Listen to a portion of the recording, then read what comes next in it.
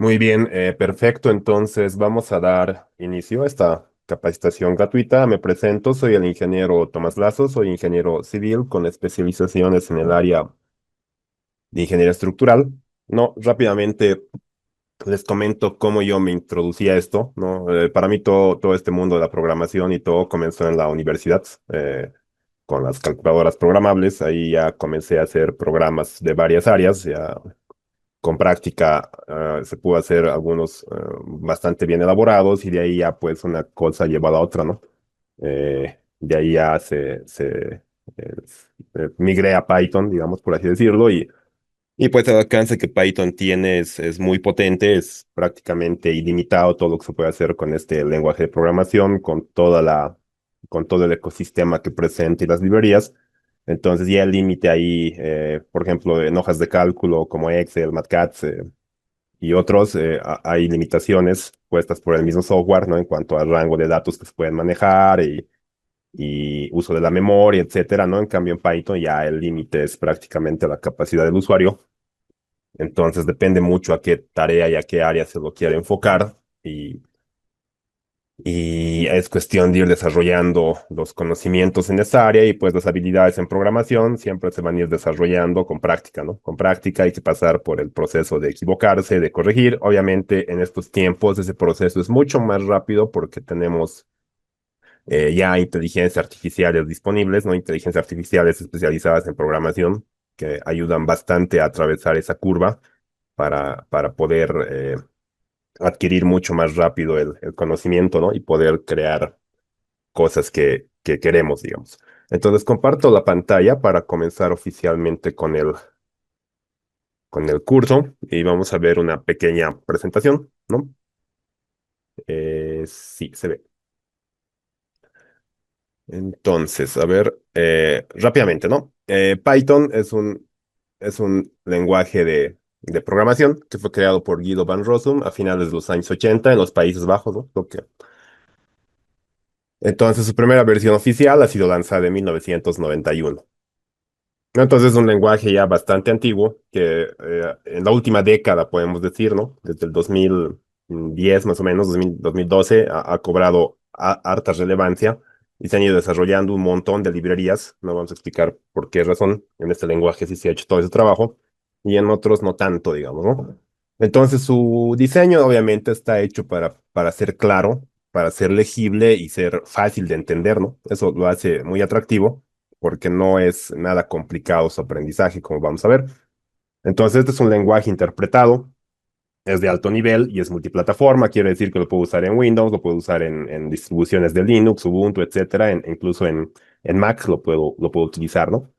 Lo puedo utilizar. Entonces, este lenguaje es bastante popular en ciencias en ingeniería y también en automatización de procesos, ¿no? Perdón. Entonces, por qué debería usar Python con ingeniería civil? ¿Por qué? Porque obviamente en ingeniería hacemos muchos cálculos que son repetitivos, tenemos que hacer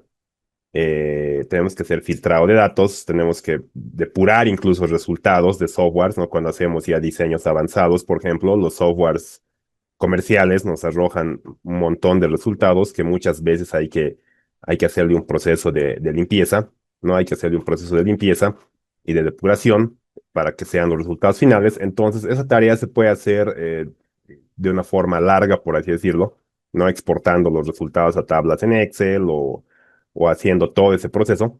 Mm, O también, si yo ya utilizo Python u otro lenguaje de programación, no es un exclusivo de Python, yo puedo hacer pequeños códigos que esa tarea me lo hagan de forma automática, por así decirlo, ¿no? Automática. Entonces, igual podemos crear hojas de cálculo inteligentes y reutilizables, o sea, Python vamos a ver que sí se puede utilizar como si fuera un entorno estilo MATLAB más o menos, o GeneOctave, ¿no? Donde yo puedo combinar todas las librerías que tiene y tener un entorno tipo hoja de cálculo para hacer cálculos en ingeniería, ¿no? Cálculos en ingeniería y tener memorias de cálculo bastante bien elaboradas, ¿no? Obviamente la curva de aprendizaje, como les dije, puede ser un poco más larga que utilizar el mismo Excel o MATLAB, ¿no? MATLAB está actualmente muy demandado, digamos, pero vamos a ver las limitaciones que te puede presentar y que con Python se rompen, ¿no? No hay limitaciones. Entonces, obviamente, Python también se integra bastante bien con lo que es Excel, ¿no? Con herramientas típicas que usamos en nuestro día a día, que son Excel, AutoCAD, softwares más avanzados como Revit, EDAP, SAP 2000, incluso otros, ¿no? Otros siempre y cuando estos tengan abierta su interfaz de programación. Entonces, Python se integra bastante bien con todo esto. ¿Y cómo lo utilizaría en interacción con otros softwares o con otros programas? Pues yo tendría que aprenderme cómo los datos de estos programas, cómo se llaman, cómo se los puede llamar a través de código. Y obviamente si sé cómo se llaman, voy a saber qué parámetros tienen. Estos parámetros voy a saber cómo manipularlos, cambiarlos, modificarlos o incluso crear nuevos y luego volverlos a meter al software, ¿no? Al software. Entonces puedo hacer una automatización en cuanto a modelados estructurales, digamos, de estructuras tipos o de los resultados que los extraiga Python, que los ordene, que los filtre, ¿no? Y que me dé una presentación más adecuada, porque muchas veces de los softwares de diseño, pues sus memorias de cálculo no son tan bien elaboradas, ¿no? Los formatos que presentan son directamente resultados y tal vez quiero detallar un poco más. Entonces voy a tener esas libertades si utilizo bien este lenguaje de programación. Entonces también facilita mucho el análisis de datos, ¿no? Y las simulaciones numéricas. Entonces, ¿y esto cómo lo hace Python? Python en realidad es el lenguaje núcleo, podemos decir. En estas dos sesiones gratuitas nos vamos a enfocar en lo que es los primitivos de Python, o sea, que son las funciones elementales que el lenguaje tiene. Y en base a estas funciones, pues se han creado un montón de librerías, como podemos ver acá, y hay muchas más de las que están en esta imagen, ¿no? Que ya son aplicadas a muchas áreas, ¿no? Entonces, entre las más usadas, pues vamos a ver NumPy, ¿no? Que es Numeric Python, o sea, el Python numérico, que nos va a ayudar a manejar, o sea, lo más básico que se puede hacer con esto es operar matrices, digamos, ¿no? Álgebra lineal, operaciones vectoriales, matriciales, que obviamente eso es muy importante para hacer cálculos en ingeniería, estructural más que todo, ¿no? Entonces, esa es la funcionalidad más básica de NumPy. Tenemos librerías de visualización o de graficación, como son Matplotlib, ¿no? Matplotlib o Seaborn también, ¿no? Vamos a utilizar SymPy también de repente, que es el Python simbólico, o sea, este ya es una librería que permite a Python que lo transforme en una calculadora científica, podemos decir que ya puedo hacer diferenciación, integración, ¿no? De forma algebraica, resolver cualquier tipo de sistema de ecuación. Entonces, combinando NumPy, SymPy y Matplotlib, digamos, ya tendría funcionalidades parecidas a lo que es MATLAB, ¿no? O entornos similares, ¿no? Y obviamente muchas más, Pandas igual, que es para análisis de datos, ¿no? Que se combina con Matplotlib para la representación gráfica. Y así van apareciendo muchas más librerías y esto no se detiene, ¿no? Esto no se detiene.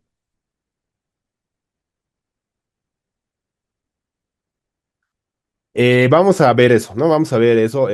O sea, Sí hay, pero es un poquito... Eso es más que todo un tema un poquito más de,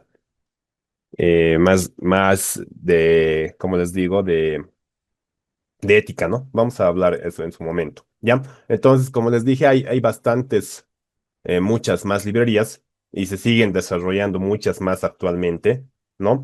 Muchas más actualmente, entonces va a ser bastante, o sea, es como les dije, el alcance es ilimitado, ¿no? Y cada uno en nuestras áreas de desarrollo, en nuestras áreas en las que nos desenvolvemos, pues vamos a ir identificando necesidades que tengamos y ahí pues vamos a ir aplicando los conocimientos que vayamos adquiriendo para automatizar los procesos que comúnmente hacemos. ¿No? Entonces, como les decía, aquí están algunas de las librerías, para qué nos sirven, ¿no? Para qué nos sirven. Por ejemplo, vamos a ver ya en el curso que está pensado, concluido vamos a ver el manejo de OpenSysPy, que OpenSysPy es una librería, mm, es una librería para poder usar OpenSys con Python. No, OpenSys es un software libre de análisis estructural avanzado. No puedo hacer análisis estáticos lineales, que es lo más simple y común, hasta análisis ya muy avanzados, ¿no? Con OpenSys. Y OpenSysPy es una librería que me permite usar todo ese poder, ese motor de cálculo de OpenSys con scripts de Python, lo cual lo vuelve muy fácil, intuitivo y práctico, ¿no? Para hacer. También o sea, podemos ver librerías como PyRabbit o el Rabbit Python Shell, ¿no? Para automatizar y hacer el control paramétrico de objetos en Rabbit. Lo mismo, ¿no? Lo mismo podemos modificar datos, podemos programar pequeños scripts para automatizar tareas repetitivas que se pueden llegar a presentar en Revit. Entonces es bastante útil. No, y para manipular Excel también tenemos librerías especializadas, ¿no? Como el XLWings y el OpenPy XL, ¿no? Que se integran bastante bien con las hojas de cálculo de Excel. Eh, Luego vamos a usar bastante lo que son las Jupyter Notebooks, ¿no? ¿Esto por qué? Porque esto hace que Python se vuelva un entorno interactivo, ¿ya? Y obviamente al ser un entorno interactivo facilita mucho la programación y la documentación técnica. Hacer una documentación técnica, o sea, con Jupyter Notebook, lo que les comentaba, se vuelve Python una especie de hoja de cálculo, lo podemos ver así en términos simples, entonces, facilita bastante el cálculo de ingeniería, porque caso contrario, a veces escribir código y ver resultados solo en consola no es muy atractivo, ¿no? No es muy atractivo y, digamos, sí me puede servir para automatizar tareas con lo de arriba, pero no para hacer una hoja de cálculo de verificación de algún proceso, ¿no? Pero con Jupyter Notebooks van a ver que sí es bastante enriquecedor lo que se puede lograr hacer. ¿No? Entonces, ¿qué ventajas más tiene Python versus otras herramientas? Que uno es de código gratuito y abierto. No, o sea, no tengo, hay librerías que pueden llegar a ser de paga, ¿no? Especialmente ya en áreas muy especializadas, pero el núcleo es totalmente, o sea, la mayoría son libres, son de código abierto, ¿no? Y obviamente se están actualizando constantemente, todas tienen una comunidad bastante grande alrededor, ¿no? Y hay soporte de todo tipo, o sea, puedo buscar en Google, en foros, incluso como les dije, ahora tenemos inteligencias artificiales que me van a facilitar mucho el aprendizaje y desarrollo de estas herramientas. No, o sea, contra Excel, obviamente, el Excel tiene sus limitaciones en cuanto a la automatización, la escalabilidad, lo mismo. Y obviamente, si yo lo uso de forma manual, el Excel puedo cometer ciertos errores, ¿no? Además, la presentación en hoja de cálculo puede llegar a ser un poco incómodo ya cuando queremos hacer cálculos un poco más avanzados, ¿no? En fórmulas comunes o sencillas no hay mucho lío, ¿no? En formato celda se escriben nomás las fórmulas, pero ya fórmulas complejas resulta un poquito incómodo. Con Matcat, por ejemplo, Matcat se puede hacer cálculos simbólicos, pero Matcat hay que recordar que es un software comercial, ¿no? Y que tiene un costo de licencia relativamente elevado, para nuestro medio es elevado, ¿no? Creo que la licencia de Matcat está en $500 la profesional, si no me equivoco, ¿no? Entonces es un costo bastante elevado, que si lo quisiera usar con toda libertad, digamos, ¿no? MATLAB también es un entorno bastante potente y está orientado a ingeniería, pero también es un entorno de pago, ¿no? Y obviamente se limita a todo lo que ofrece MATLAB, ¿no? No tenemos, digamos, un desarrollo constante como Python sigue presentando. Como les dije, actualmente el desarrollo de librerías no se detiene ahí, sigue creciendo, ¿no? Entonces Python combina casi todas las características de todos estos, ¿no? Y no tiene costo, ¿no? Esa es la gran ventaja. Ahora vamos a hablar de las Jupyter Notebook, que va a ser nuestra herramienta de trabajo. Vamos a ver cómo se puede usar la Jupyter Notebook, ¿no? De qué formas y qué bondades nos pueden ofrecer. Entonces, las Jupyter Notebook, pues son un proyecto que ha sido derivada de IPython, ¿no? Que ha sido creado por Fernando Pérez, ¿no? Fernando Pérez, que es un colombiano, y el 2014 fue lanzado este proyecto, ¿no? Que obviamente su nombre es una combinación, ¿no? De los lenguajes Julia, Python y R, ¿no? Que son los tres lenguajes con los que se podía trabajar en este entorno. Y es un entorno bastante interactivo. ¿Por qué? Porque puedo combinar código para hacer cálculos, puedo combinar texto en varios formatos, vamos a ver enseguida eso. Y también puedo combinar fórmulas y con eso ya puedo tener documentos bastante atractivos, digamos, visualmente, para utilizarlos como hoja de cálculo, nuevamente repito, ¿no? También puedo incluir gráficos y todo en un mismo documento, ¿no? Entonces, este entorno es ideal para poder documentar y compartir proyectos científicos y de ingeniería, ¿no? Y de ingeniería, entonces, esta va a ser nuestra herramienta principal de trabajo. Entonces, obviamente, este entorno es compatible de manera local, ¿no? Vamos a utilizar una instalación local en este curso. ¿Por qué? Porque se supone que vamos a continuar, ¿no? Vamos a continuar después con un curso ya un poquito más especializado. Entonces nos conviene usar instalaciones locales para poder interactuar con todos los programas, digamos, que tengamos instalados en nuestra computadora. Ya, también se puede utilizar en entornos, en plataformas en la nube, ¿no? Como Google Colab. ¿Cuál es la ventaja? Que con Google Colab, ¿no? Si yo tengo una cuenta Android, que eh, todas las personas tenemos, ¿no? Los que usamos Android, por lo menos los ingenieros civiles, casi todos usan Android, raro es el que use dispositivos Apple, ¿no? No hay muchas aplicaciones para ingenieros, en ese tipo de dispositivos. Entonces, en Android, si tenemos cuenta Android, tenemos cuenta de Google. Y si tenemos acceso a una cuenta de Google, podemos usar Google Colab, ¿no? Entonces, no necesitamos hacer ninguna instalación ni configuración. Como herramienta inicial puede ser, llega a tener ciertas limitaciones, pero al inicio me puede servir bastante, especial si no tengo un ordenador bastante bueno. Ahí vamos a explicar cuál es la ventaja, ¿no? De Google Colab con un ordenador sencillo, digamos, que tal vez es propenso a colgarse o no correr bien. Con Google Colab eso lo arreglo. ¿Por qué? Porque como es un servicio en la nube, pues Google lo que hace es me da poder de procesamiento, lo podemos ver así, en su servidor, no en su servidor remoto. Entonces no corre los procesos no corren con las características de mi equipo local, sino con el servidor que Google nos presta, ¿no? Que nos presta y nos da cierto espacio de acuerdo al tipo de cuenta que tenemos. Bien, entonces, una vez dicho eso, como les dije, nuestro entorno de trabajo, ¿cuál va a ser? Google Colab, ¿no? Google Colab y Jupyter Notebook de forma local. Y, y también vamos a ver otras opciones, ¿no? Vamos a ver otras opciones como Visual Studio Code o también PyCharm. PyCharm es una IDE de desarrollo, ¿no? Que es exclusiva para Python, pero para usar Jupyter en su versión gratuita no está disponible. Por lo menos hasta donde yo llegué a usar, no estaba disponible en la versión gratuita de PyCharm usar Jupyter Notebooks. En cambio en Visual Studio Code sí. ¿No?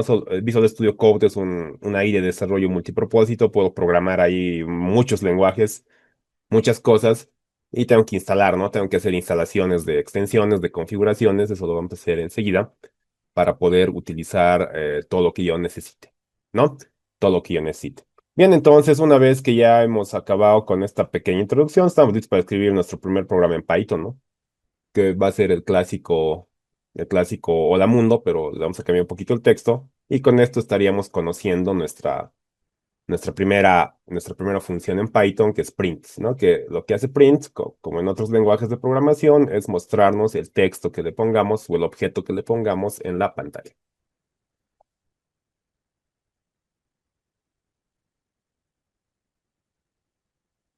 Sí, a ver qué más me dicen.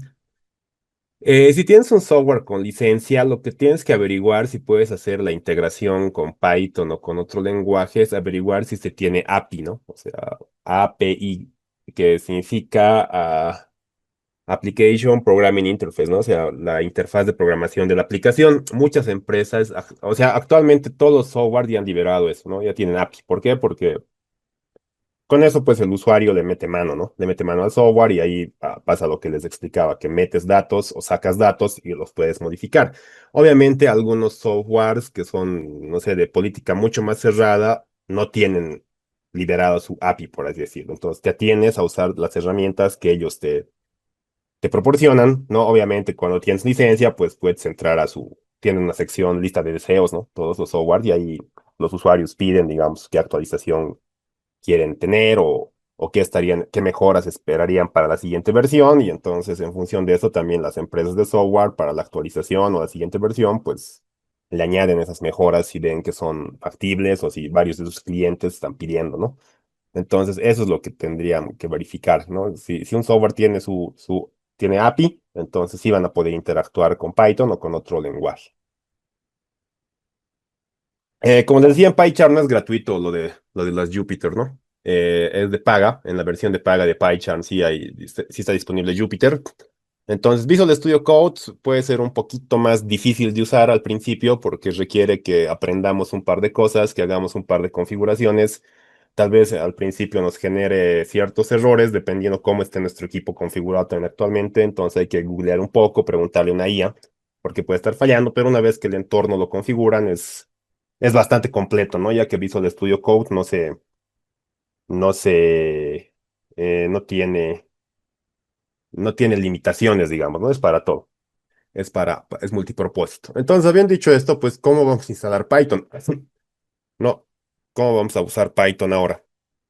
Entonces, pues, para usar Python tenemos que hacer la descarga en nuestro equipo, ¿no? Como les decía, podríamos usar Google Colab. A ver, les voy a mostrar las dos formas en las que se puede hacer, ¿no? Entonces, aquí abren cualquier navegador de su preferencia y buscan Python, ¿no? Y buscan Python ¿Qué ha pasado acá?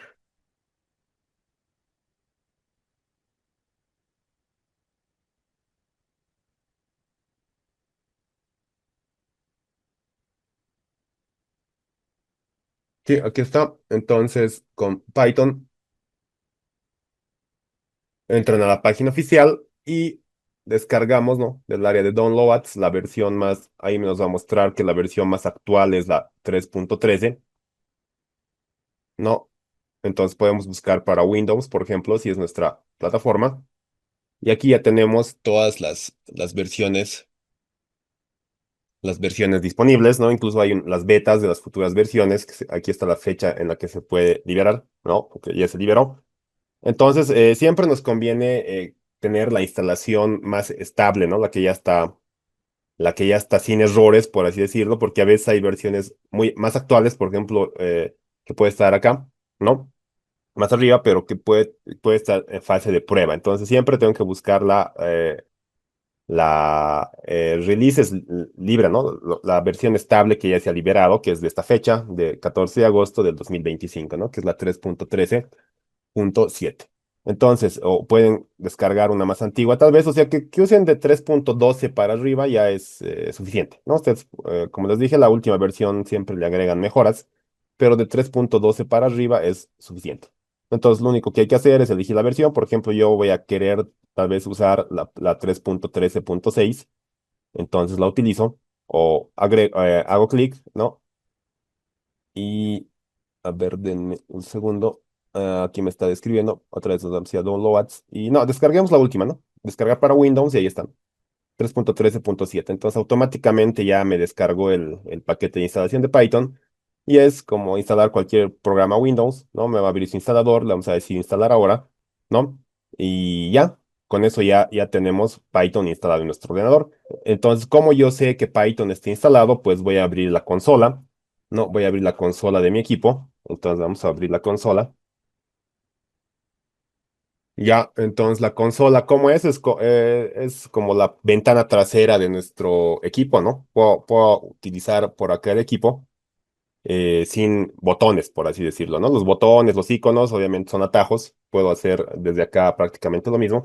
Entonces lo único que hago es escribir Python, ¿no? Entonces vean, me va a decir qué versión de Python tengo instalada. En este caso yo tengo la 3.11.2, que es del 7 de febrero del 23. ¿Ya? Como les dije, de la 3.12 para adelante, ¿no? Yo tengo instalada esta ya desde esa fecha. Entonces, obviamente la voy a actualizar eventualmente, pero ustedes pueden utilizar la última versión, que todo lo que vamos a hacer funciona con de la 3 de esta misma incluso, ¿no? La 3.11 para adelante. Entonces, cualquiera de esas pueden instalar. Cualquiera de esas pueden instalar.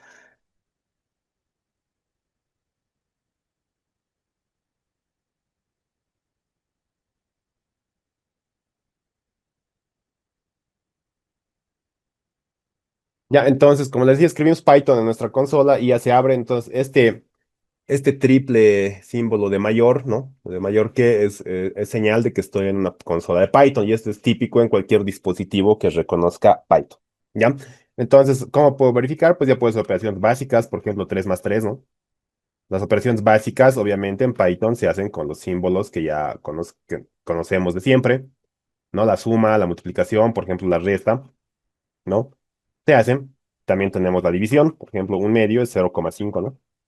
0,5, ¿no? Y tenemos otras, vamos a ver qué otras operaciones más nos permite hacer de forma nativa Python, ¿ya? Entonces con eso ya estaríamos comprobando que sí tenemos Python instalado. La otra herramienta que vamos a usar es pues Visual Studio Code, ¿no? Visual Studio Code, entonces para eso abrimos otra ventana y ponemos VS Code, ¿no?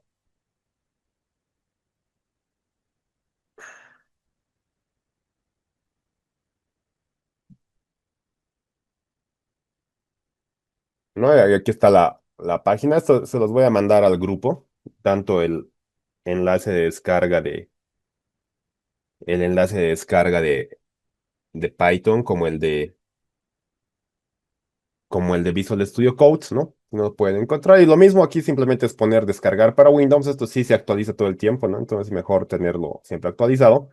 Igual va a comenzar la descarga, ¿no? Y igual es lo mismo, es como instalar cualquier software de Windows.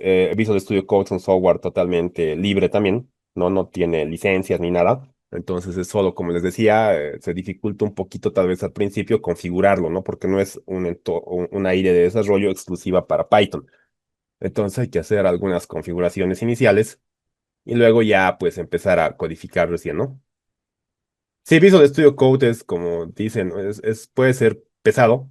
¿Por qué? Porque hay que instalar extensiones, ¿no? Y con las extensiones más, obviamente llega a ocupar más espacio. Entonces, si no quieren usar ninguno de los dos, como les dije, esta primera parte, estas dos sesiones gratuitas que vamos a tener, pues la podemos seguir con Google Colab, eso más vamos a ver, ¿no? Entonces ya instalan el Visual Studio Code, ¿no? Obviamente igual se ejecuta el instalador, no tiene ninguna cosa extraña, ponen que están de acuerdo con la licencia y le registran que les cree un acceso directo en el escritorio, le dan siguiente y va a comenzar la instalación, ¿no? Yo lo tengo instalado, por eso no lo voy a hacer. Entonces con eso ya se instalaría en su equipo. Entonces lo que hay que comenzar a hacer después es que se llama configurar. Entonces yo voy a abrir el Visual Studio Code, lo voy a abrir desde la consola, ¿no? Eso también se puede hacer. Lo voy a cerrar el Python, ¿no? Le pongo un kit y ya está, ¿no? Lo pongo un kit. Entonces, lo que yo voy a hacer es crear, digamos, una carpeta para el curso. Entonces, vamos a decirle esto, Python. Eh. Entonces, vamos a crear una carpeta que se llame curso Python. Este es 2020. Vamos a decirle Infinity. Vamos a decir curso Python gratis. Voy a poner Python gratis Infinity. Infinity Tech, ¿no? Listo, ya se me creó la carpeta, entonces voy a entrar ahí. Entonces, es lo mismo que estuviera creando carpetas en mi explorador, ¿no? En mi explorador de Windows, y estoy haciendo clic derecho, crear carpeta. Entonces ahí está. ¿No? Entonces vean yo cómo voy a abrir un objeto desde acá. Entonces se usa el comando touch, ¿no? Para crear un documento. Y le vamos a poner a este clase 01 y va a ser un archivo .py, o sea, de Python directamente. Listo, entonces una vez que ya se ha creado, le voy a decir codes, o sea, si uso el comando codes, me abre Visual Studio Code y si le pongo qué archivo, me va a abrir ese archivo directamente. Entonces puedo hacerlo así desde consola, ¿no? O si no, hago clic en el acceso directo, entro y abro. Lo que pasa cuando hago esto es pues que ya me empieza un proyecto en blanco, podemos decir, ¿no? En cero. En cero, entonces ya está con el archivo cargado. Si yo lo abría desde mi acceso directo, me iba a abrir los últimos archivos en los que estaba trabajando, iba a tener que crear otra carpeta nueva de proyecto, etcétera, etcétera. Como lo he hecho directamente desde consola, pues ya se ha creado, o sea, ya está reconociendo el Visual Studio Code que mi carpeta del proyecto es toda esta extensión, ¿no? Toda esa extensión, entonces va a reconocer solo los archivos que estén ahí. Entonces, antes, ustedes tal vez, vean, aquí ya me está reconociendo que es un proyecto o un programa de Python, me está saliendo el iconito por la extensión .py que tengo, ¿no? Entonces, eso a ustedes todavía no les va a salir, especialmente si han instalado recién el Visual Studio Code. Entonces, para poder configurar esto y poder trabajar con Python en Visual Studio Code, tienen que irse aquí a las extensiones, ¿no? Entonces, en las extensiones lo que van a hacer es buscar primero Python. Ya, entonces, obviamente, para que esto descargue, su equipo debe estar conectado a Internet, ¿no? Entonces, yo ya tengo instalada esta, vean, es la que tiene muchas más descargas, porque hay otras más, ¿no? Python Extension, por ejemplo. Esta es la que es de Microsoft, oficial de Microsoft, digamos, para que trabaje bien de forma nativa, digamos, con Visual Studio Code, ¿no? Y es la que más descargas tiene. Entonces, eso me ayuda a distinguir, ¿no? Acá me dice cuántas veces, por ejemplo, así descargada cada una de estas extensiones. Por ejemplo, esto ha sido 12.2 millones de veces, ¿no? Entonces, esta es la que más descarga tiene. Entonces, lo que hacen es agarrar y le ponen instalar, ¿no? Aquí les va a aparecer instalar, ¿no? Y la instalan. Así de fácil. ¿Qué más? Luego el Python debugger, ¿no? O sea, que me va a ayudar a detectar bugs o me va a ayudar a detectar errores en la sintaxis que pueda tener, ¿no? Mientras programo en Visual Studio Code. Entonces lo mismo le ponen instalar, ¿no? Instalar. ¿Qué más? A ver, ¿qué más necesitamos? Necesitamos el entorno, la extensión de Jupyter también, ¿no? Vamos a buscar Jupyter para usar las Jupyter Notebooks, ¿no? Porque lo típico para usar Jupyter Notebook era instalar un navegador que se llama Anaconda, que es bastante pesado, ¿no? Si le instalo, porque también descarga muchas librerías, digamos, muchos otros aplicativos, que obviamente sí, es para ciencia de datos y ese tipo de áreas es bastante necesario, digamos, pero actualmente sí se puede hacer todo desde acá, desde Visual Studio Code. Entonces buscan Jupyter, no se escribe así, es de Python, ¿no? Jupyter, así. Buscamos Jupyter y ahí está, ¿no? La extensión de Microsoft, acá está. Y igual le ponen instalar. Entonces, de esa forma ya van a estar instaladas todas sus extensiones. Esas serían las extensiones básicas, digamos, que necesitamos. Obviamente hay más que nos ayuden a formatear, digamos, todo, ¿no? A formatear todo. Yo tengo cuenta en GitHub, ¿no? GitHub, ¿qué es? Es un repositorio de Internet. Podemos verlo en palabras simples, es como una red social de programación, ¿no? Que sirve a los que desarrollan código, ahí se crean un perfil, suben sus trabajos, les sirve como portafolio eso para incluso como parte de su hoja de vida, ¿no? Entonces, ¿por qué yo tengo cuenta? Porque obviamente voy a empezar a subir también los proyectos que he ido haciendo. Ya he terminado de entender cómo funciona GitHub, ¿no? Entonces, ¿qué ventaja tiene? Pues que si ustedes tienen cuenta en GitHub, se van a descargar o automáticamente se les va a habilitar el poder usar el GitHub Copilot, ¿no? Que es un chatbot, es una IA que hace pair programming, ¿no? Que es pair programming, que es programación asistida por inteligencia artificial. Entonces, ¿cuál es la diferencia entre esto y un chatbot común como ChatGPT o Gemini, ¿no? De Google? Que yo al ChatGPT le tendría que consultar de acuerdo a la calidad de mi prompt, digamos. Le tendría que pedir cierto tipo de código para cierta tarea y ChatGPT pues me lo va a generar en base a los datos que tiene actualmente o depende también de la calidad del prompt que le dé, ¿no? Me lo va a generar un código y yo tendría que revisarlo y obviamente tomar el veredicto si ese código está bien para usarlo directo o qué errores puedo llegar a detectar y cómo puedo resolver esos errores, ¿no? Es la eso es lo que haría ChatGPT. En cambio, ¿qué hace GitHub Copilot? No, lo mismo tiene Google Colab, enseguida les voy a mostrar.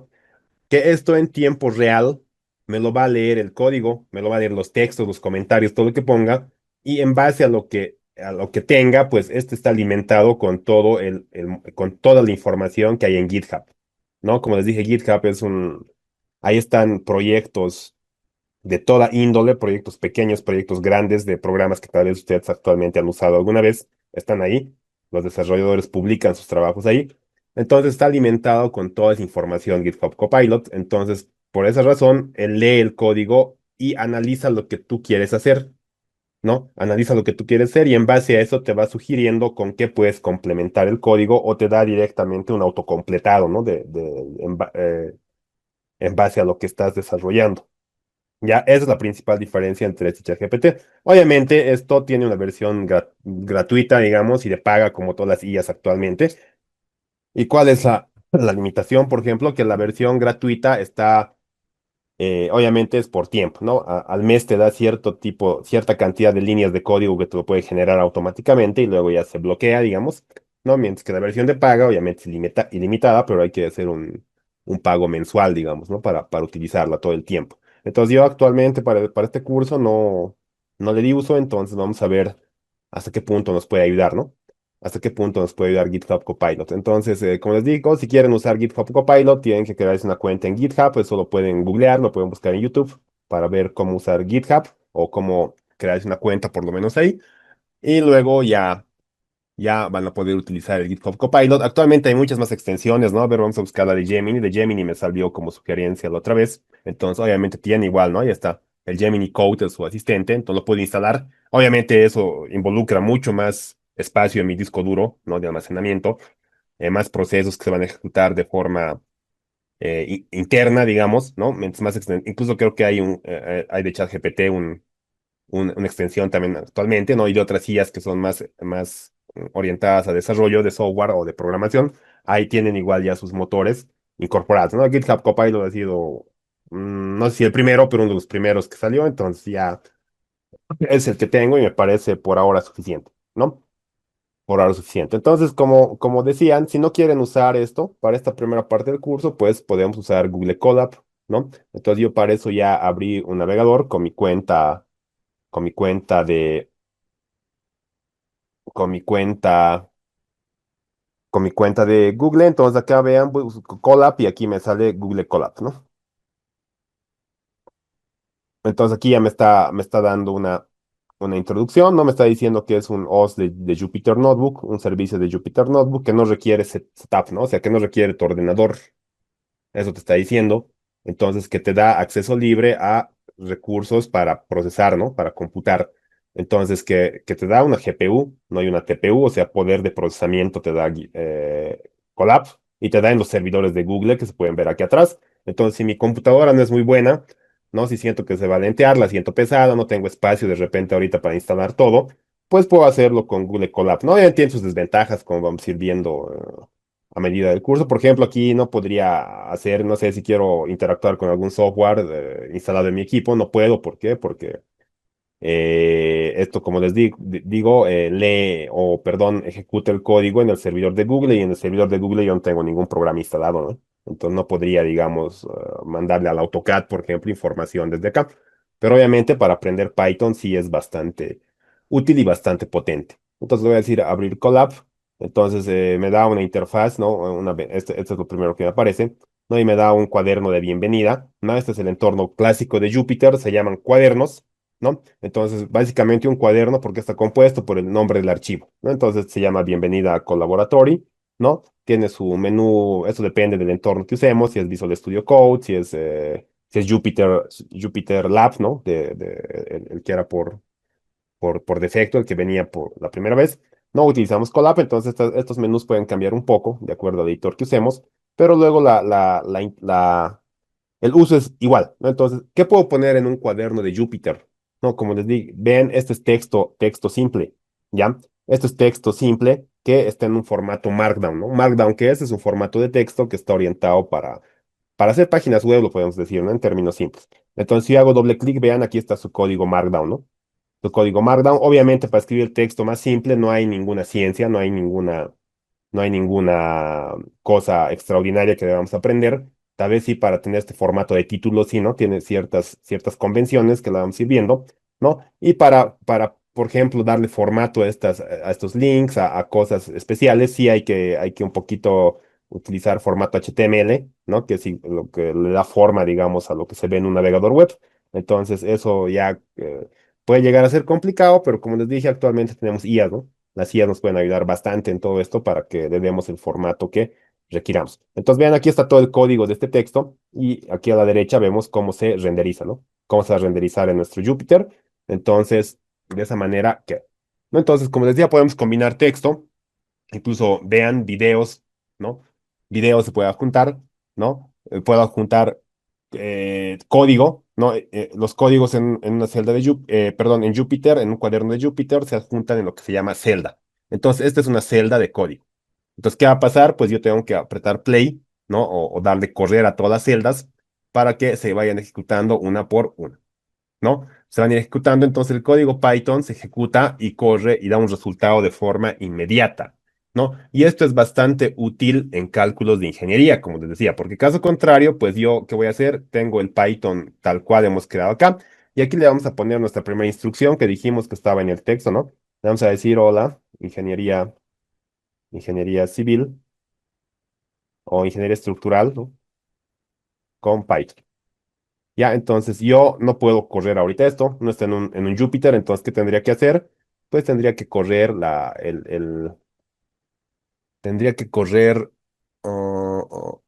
aquí que me está diciendo que estoy en modo restringido. Mm, mm, mm. No, lo tendría que correr este código y se va a ejecutar en una consola de acá de, en la consola que tiene el editor de código en este caso, ¿no? Y de ahí nos va, nos va a dar el resultado. Entonces aquí me está diciendo, sí, este mensaje siempre me aparece, ¿no? Que si confío en el autor del archivo, obviamente este archivo lo crea desde cero, entonces sí, confío, ¿no? Entonces, a ver, ahora sí que corra. Guau, quiero que corra.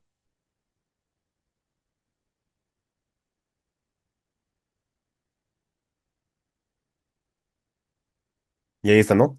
En la terminal, vean, ya me está mandando el mensaje, hola ingeniería, me equivocaba, ingeniería estructural con Python, ¿no?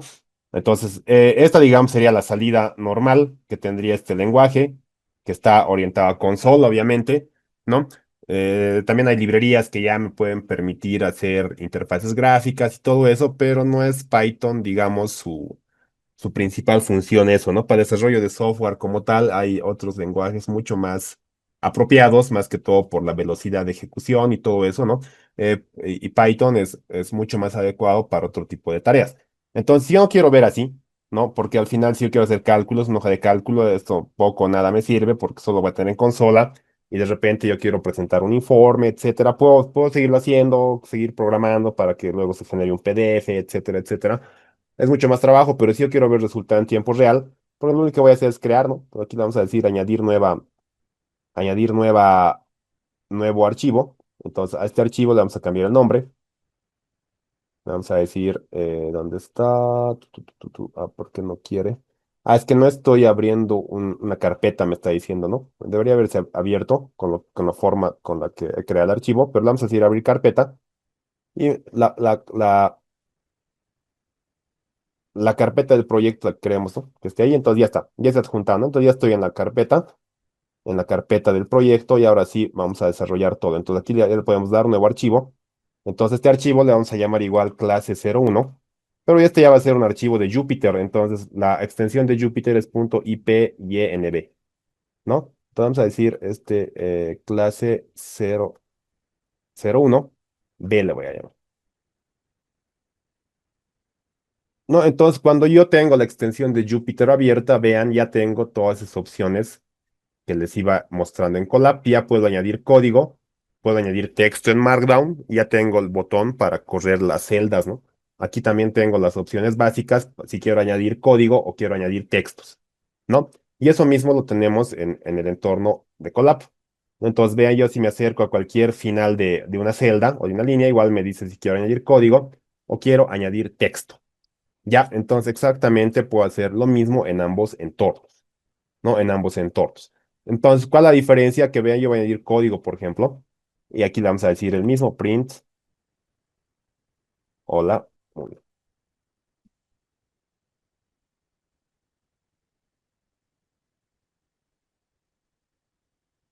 o hola,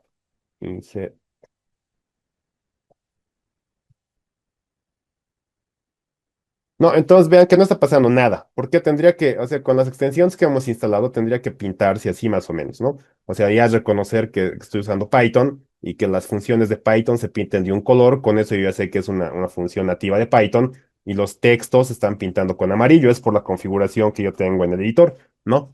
Pero aquí no está pintándose nada. ¿Por qué? Porque cuando yo uso un Jupyter Notebook, tengo que elegir el kernel o el núcleo con el que se va a ejecutar. Entonces, aquí tengo la opción de elegir kernel, ¿no? Entonces le voy a decir que voy a utilizar un ambiente de Python y cuál es el 3.12.3, ¿no? El que tengo instalado en este momento, ¿no? Perdón, el 3.11.2. No es porque tengo Anaconda también instalado, hace mucho que lo instalé, entonces se actualizó. Entonces no voy a usar el de Anaconda, ¿no? Que es como un entorno aparte, podemos decir. Entonces voy a usar el que está en mi equipo, ¿no? El 3.11.2. Utilizo y vean, ya automáticamente ya se formateó, ¿no? Ya se formateó. Ahora, ¿qué hago? Pues corro la celda. Aquí tengo el botoncito de play. Entonces corro la celda y vean, se ha ejecutado la celda en tiempo real y ya me está mostrando un resultado, ¿no? Un resultado también en tiempo real que va a estar aquí constantemente a no ser que yo vuelva a ejecutar la celda. Y ahí es la gran diferencia, porque como les digo, acá, por ejemplo, para desarrollar scripts, obviamente sí me puede servir, ¿no? Para mandar datos a un software, todo lo puedo hacer acá, porque solo quiero que el software haga algo, no quiero ver todo un proceso, digamos. Pero si quiero ver todo el proceso de cálculo, que sea como una hoja de cálculo, lo que nuevamente estoy repitiendo eso, pues me va a convenir siempre trabajar con cuadernos de Jupyter Note. ¿Ya? No sé si está claro hasta esta parte. Como te decía en PyCharm, a ver, vamos a ver, ahí también tengo instalado PyCharm. De PyCharm el problema es que la extensión de Jupyter no es gratuita, ¿ya? O por lo menos en la versión gratuita de PyCharm no está disponible. A ver, déjenme abrir, ¿no? Es tiempo que no uso PyCharm, de repente se va a querer actualizar mucho. Entonces, es lo que yo tenía entendido, ¿ya? Con PyCharm. Yo también usaba al principio bastante porque como era exclusivo para Python, no había que hacer tantas configuraciones ni nada y para empezar es mucho más rápido hacerlo ahí, ¿no? Mucho más rápido hacerlo ahí, pero no, como les digo, Jupyter creo que no se puede usar de forma gratuita, ¿no? O por lo menos con extensiones oficiales, no, tal vez de repente hay extensiones de terceras personas que pueden darme esa funcionalidad. No estoy seguro. Entonces, mm, este es PyCharm. Entonces, a ver, vamos a buscar directamente en nuestro navegador. Vamos a buscar Jupyter.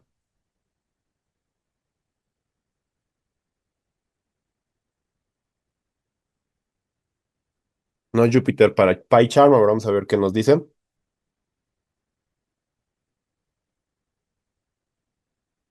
No, aquí está, obviamente sí tiene. Obviamente sí tienen, pero hasta donde yo sabía, como les dije, no es gratuito.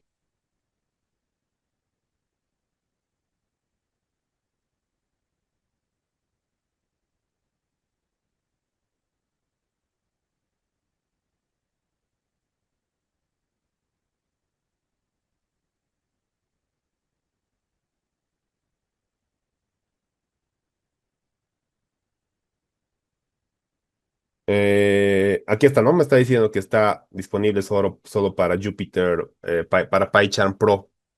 No, ese es el detalle, ¿no? Y PyCharm Pro es la versión de paga, ¿no? La community es la gratuita, digamos. Entonces, no se puede utilizar por eso de forma directa, ¿no? Jupyter Notebook en PyCharm. Entonces, la opción que tienes sería, como te digo, se puede instalar Jupyter de forma directa para utilizarlo en un navegador, como se hacía antes con Anaconda, o puedes usar Colab mientras tanto, ¿no? Entonces voy a hacer un tutorial, yo pienso finalizando esto para los que no tienen Visual Studio o no se les es posible usar Visual Studio Code por el tamaño que ocupa y todo eso, ¿no? Hoy pueden seguirme por Google Colab, que eso todos van a tener acceso. Y voy a hacer un pequeño tutorial de cómo instalar Jupyter de forma nativa, ¿no? Que funciona igual con un navegador y hay que hacer una instalación por consola o descargando para poder tenerlo, ¿ya? Entonces, ese es el detalle con PyCharm respecto a Jupyter Notebook. ¿No? Entonces, como les decía, es la principal diferencia. Entonces, un cuaderno de Jupyter va a ser siempre mucho más cómodo.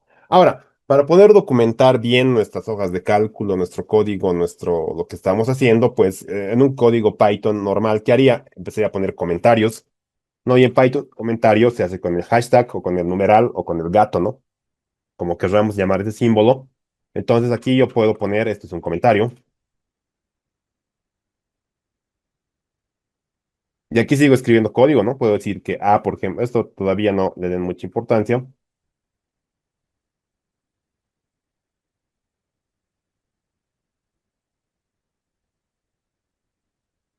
No, por ejemplo, puedo hacer esto. Entonces ejecutaría este código, ¿no? En su terminal y ahí ya tengo el resultado, ¿no? Y tengo el resultado del primer print. Pero lo único que tendría es para guiarme este comentario. Obviamente, como les dije, si yo quiero desarrollar una automatización para algún software, puede que esto sea mucho más cómodo. Pero si quiero ver todo el proceso, pues utilizo las Jupyter Notebooks. Entonces, para eso inserto, por ejemplo, texto. No puedo insertar un Markdown. Entonces, como decía, en Markdown, ¿cuál es si es un texto común y corriente, no hay nada que explicar, escribo tal cual estaría en cualquier editor de texto, ¿no? Pero si quiero darle una estructura o formato a mis textos, un formato de títulos, que es lo más importante, digamos, que vamos a manejar bastante, pues en Markdown se pone igual el asterisco, ¿no? Puedo asistirme de Colab para eso. Ahora vamos a volver al Colab, ¿no? Entonces en Colab, aquí como les decía, vean. En Colab, ¿qué es la ventaja? Que tiene esta barra de herramientas rápida, donde yo puedo poner títulos, ¿no? Puedo darle formato de negrita, por ejemplo, de letra inclinada, y ya me lo va a insertar los delimitadores que esto requiere, ¿no? Por ejemplo, vean, para un texto en cursiva yo tengo que poner asterisco, asterisco, y en medio de los asteriscos escribir cualquier texto. Ya, eso es lo que pasa. Entonces, si yo no sé esto, obviamente, tal vez me dificulte un poco, ¿no? Pero si voy a usar Google Colab, ya tengo disponibles estas herramientas de acceso rápido que me lo van a insertar el código, los delimitadores necesarios, ¿no? En Visual Studio Code, ¿qué haría? Entonces ya sabemos que con un solo asterisco vamos a decir esto es un texto. O este es un título, ¿no? Título. Entonces, si le pongo doble asterisco, vamos a tener un subtítulo. Entonces, vean lo que va a pasar. Voy a crearlo en diferentes celdas. Título uno le vamos a poner. Listo. Entonces, vamos a poner más, acá le voy a poner más texto. Entonces, me acerco, le digo más texto. Entonces, le voy a poner doble asterisco. Este va a ser subtítulo 1.1, por ejemplo. La otra vez lo voy a ejecutar. Lo puedo ejecutar con Shift y Enter o con este botón de play, ¿no? Lo ejecuto o Shift y Enter y salto, ¿no? Otra celda. Entonces ahí está. Entonces aquí yo si creo más celdas, acá abajo me dice, ¿no? Si es un Markdown o es una celda de código. Entonces si yo pongo un tercer nivel, vean, puedo tener es un subtítulo, que va a ser 1.1.1. ¿No? Entonces me da esa jerarquía de títulos. Creo que hasta el nivel 4 me permite, como cualquier entorno de texto básico o, o estándar, digamos. Esto es un parágrafo, vamos a decir, ¿qué es esto? Este va a ser 1.1.1.1. Hasta ahí, ¿no? Entonces, ya no me permite más, ¿no? Cuatro niveles lo que maneja. Entonces, ¿cuál es la ventaja de hacerlo así? Pues que como esto ya tiene una jerarquía de títulos, ya lo puede ocultar, digamos, ¿no? Lo puede ocultar todo lo que contiene el título uno, ¿no? Y así mismo los subtítulos también, ¿no? Los subtítulos y con eso ya puedo, digamos, tener un control un poco más adecuado, digamos, ¿no? Más adecuado de mi hoja de cálculo y puedo ocultar cosas que no quiero que se muestren, que tal vez son auxiliares y que solo me sirven para que lo que programe funcione, por así decirlo. ¿Ya? Por así decirlo. Luego, ¿qué más? Entonces vamos a decir formatos de texto, ¿no?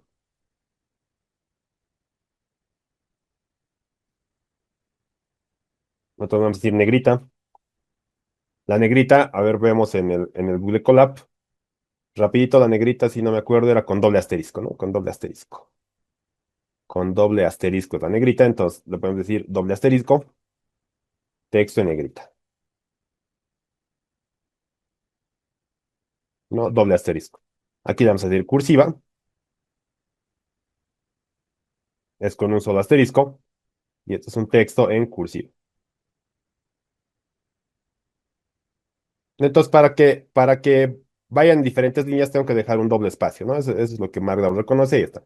Entonces, tengo un texto en negrita, un texto en cursiva. No, lo mismo puedo crear listas, digamos, viñetas, ¿no? Parecido a lo que hago en Word. Si quiero poner y acá lo que me facilita esto, como decía, es que me lo inserta, ¿no? Entonces, vean asterisco, con asteriscos voy enumerando los elementos de la lista. Entonces, voy a copiar o voy a cortar eso para que vean cómo va quedando. Entonces, acá lo mismo, ¿no? Entonces, un solo asterisco. Entonces, vamos a decir elemento uno, elemento 2 y un elemento 3 también podemos crear.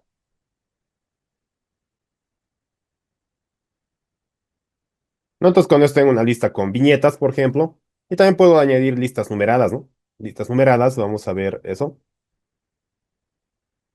¿No? Entonces, la lista numerada, vean, se pone el número, punto, y se va poniendo igual los ítems. Entonces, vamos a copiar ese mismo formato.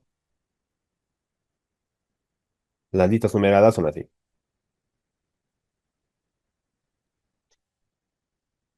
Listo. No, uno, dos, tres. Ahí está. Entonces, son todos los elementos de la lista. ¿Ya? De nuestra lista numerada. Entonces, básicamente, estas serían las funcionalidades más básicas de Markdown. Ahora, ¿qué también necesitamos a veces en una hoja de cálculo o en ingeniería? Pues necesitamos escribir tal vez las fórmulas, ¿no? O describir una fórmula, la cual estamos utilizando para resolver el problema. No, en esa parte, Matcat, por ejemplo, sí hizo bastante atractivo y de uso común, ¿Por qué? Porque tiene una escritura, su forma de trabajo de la hoja de cálculo es escritura en formato natural, ¿no? O sea, que las fórmulas se escriben como yo escribiría en un papel. Entonces, fórmulas complejas es mucho más fácil de representarlo que hacerlo en Excel, por ejemplo, ¿no? Que en formato celda y tengo que poner un montón de paréntesis, de agrupar bien y puedo tener muchas chances de comérmelo un paréntesis, no haber cerrado bien y tener un resultado equivocado y estar revisando, mientras que como en MatCat la escritura es en forma de texto natural, pues me facilitaba eso.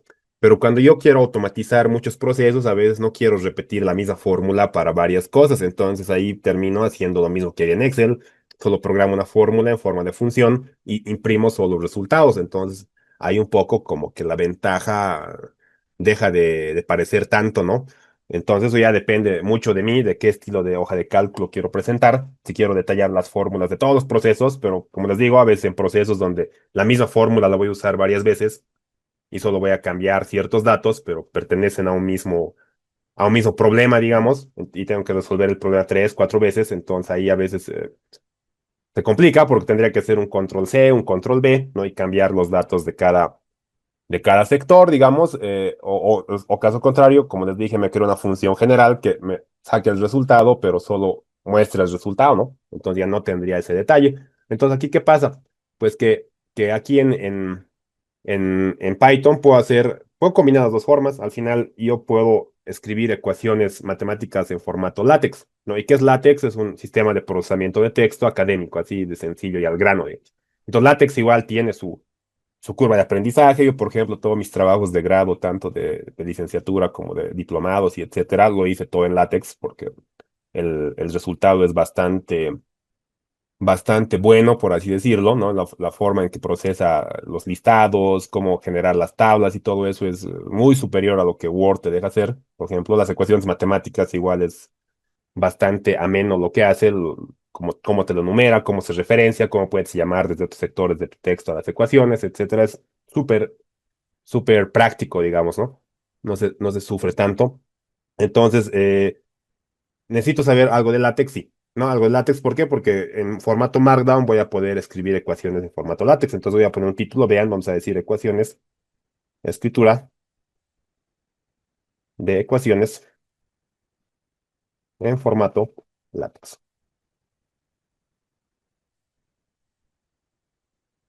¿No? Entonces, para escribir ecuaciones en formato látex, así es, ¿no? Látex, se debe usar los delimitadores dólar, dólar. Ya, entonces yo cuando vea un doble signo, aquí no me ha sacado, entonces esto es por nada, es porque ya me está reconociendo, ¿no? Eso enseguida vamos a resolverlo.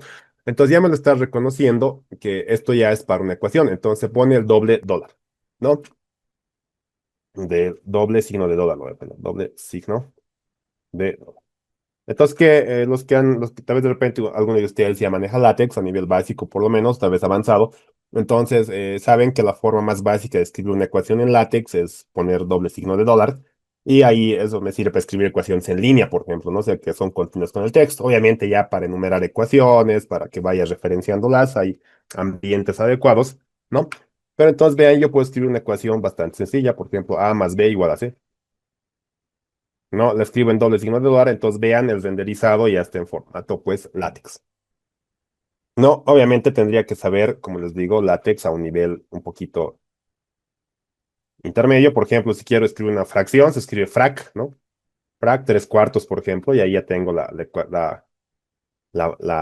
fracción renderizada.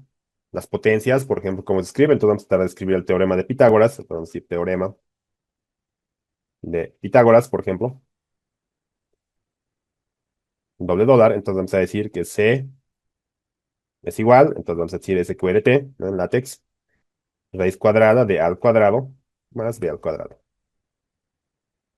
¿No? Entonces puedo escribir expresiones bastante simples, ya un poquito más complejas, e incluso expresiones matemáticas muy avanzadas, ¿no? Muy avanzadas. Entonces, obviamente, si yo no sé látex, incluso yo que tengo cierta práctica, no o sea, como no es algo que uso constantemente, se me va, digamos, cómo eran algunas de las sintaxis ya para funcionar. Por ejemplo, para escribir una ecuación, una derivada parcial, ahorita no me acuerdo si era parcial o cuál es el comando. Entonces, ¿eso qué hago? Pues igual agarro nuestro navegador, Google, y eh, buscamos ecuaciones látex, ¿no? Vamos a decir látex equation editor, ¿no? Entonces hay editores en línea para escribir ecuaciones látex, incluso las matrices, todo eso se puede escribir, ¿no? Se puede escribir. Entonces aquí tengo un editor en línea de ecuaciones látex, ya donde esto es parecido al editor de ecuaciones de Word, ¿no? Por ejemplo, vean, yo quiero escribir una integral perdón, una derivada parcial, por ejemplo, acá tengo, ¿no? Ahí está, entonces el comando es este, ¿no? Fracción de la derivada parcial de x. Entonces, eso me está diciendo, ¿no? Entonces, todo esto tendría que escribir. Y ahora, obviamente, este código yo lo puedo copiar, ¿no? Yo lo puedo copiar y añadirlo a mi documento, por ejemplo, ¿no? O ir aumentando acá lo que falta, ¿no? Deriva parcial, por ejemplo, de f de x puede ser, ¿no? Ahí está. Listo, entonces si esto yo ya lo tengo listo, agarro y lo copio nomás a mi Jupyter, ¿no? Entonces aquí decimos deriva parcial. Entonces, ¿por qué también estoy diciendo esto? Fuera de utilizarlo en este ambiente, ¿no? Entonces, si f' de x es igual a esto, ¿no? No, fuera de utilizarlo en este ambiente de Jupyter, yo con más práctica lo que puedo hacer, o sea, LaTeX, como ven, me presenta escritura matemática de alto nivel.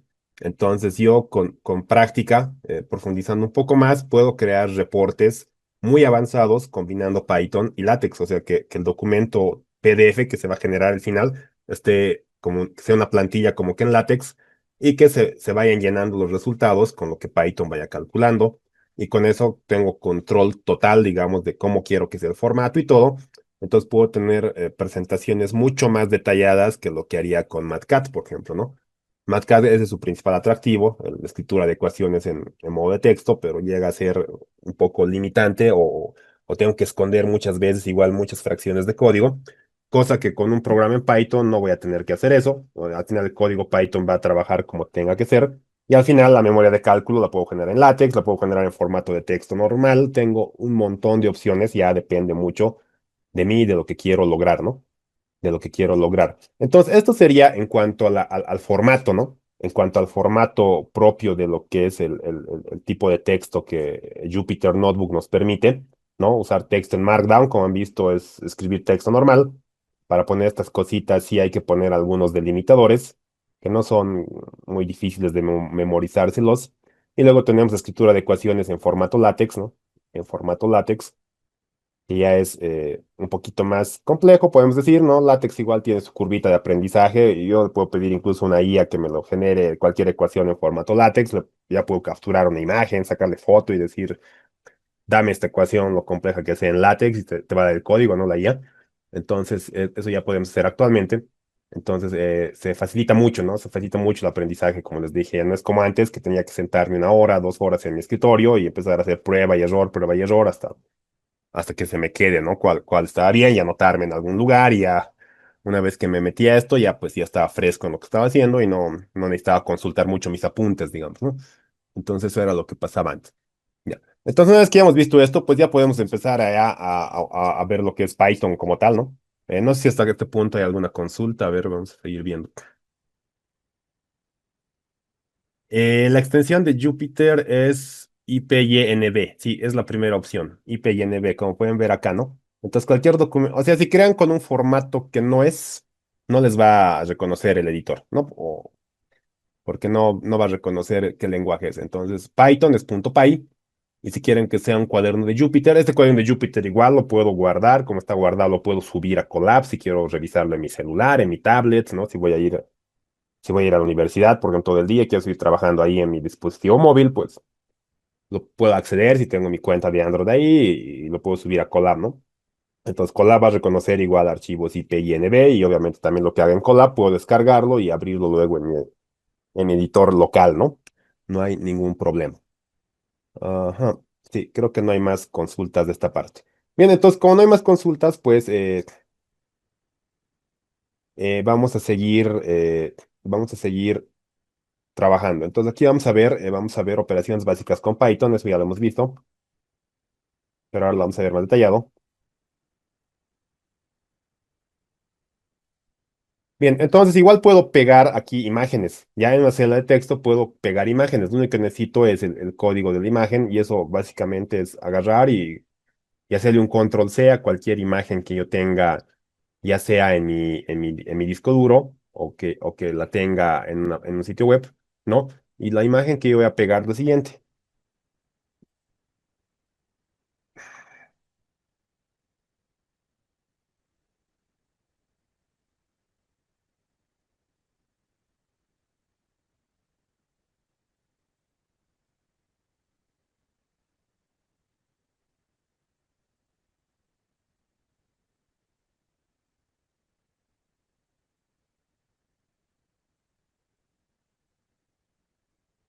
Mm, mm, Voy a pegar esta imagen.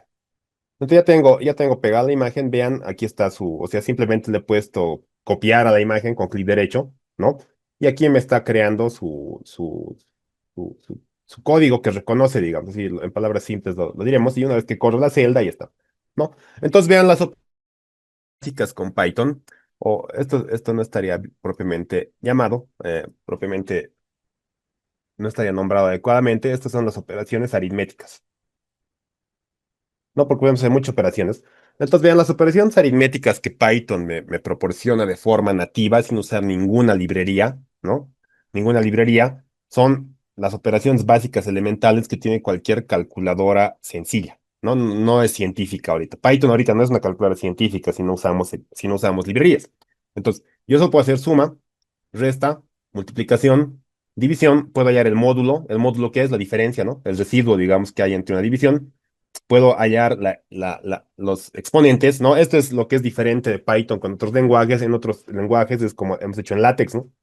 Se pone este sombrerito para elevar al cuadrado o elevar a cualquier potencia, mientras que en Python no.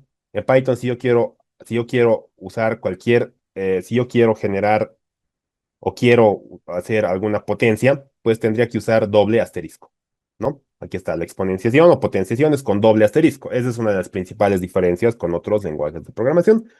Y aparte de eso, también me da una división entera, ¿no? Que es una operación que otros lenguajes o calculadoras científicas incluso no tienen de forma directa. Lo que hace es me da el entero directamente, ¿no? Yo aquí divido dos números, tienes residuo, solo me va a dar el entero. Entonces puede ser útil para cierto tipo de problemas, ¿no? Para poder analizarlos. ¿Ya?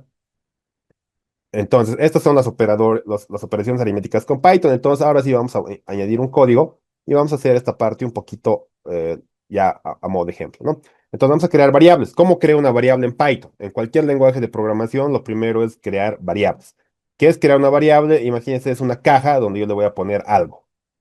O es álgebra, el álgebra tradicional que hemos aprendido desde colegio, o sea, es una X que puede tener cualquier valor en un futuro y le sumo un valor Y, ¿no? Que puede tener cualquier otro valor en el futuro y dependiendo de los valores que se ingresen, voy a tener un resultado Z, digamos, ¿no? O depende al tipo de operación que haga. Entonces, básicamente es eso, es darle un nombre a la caja y ahí ponerle algo que voy a guardar. Entonces yo voy a crear dos datos bastante sencillos, por ejemplo, dos números que van a ser el 3 y el 4 por ejemplo, ¿no?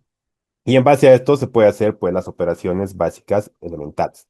Entonces podemos decir que esto es una suma o directamente vamos a imprimir, ¿no? Print, vamos a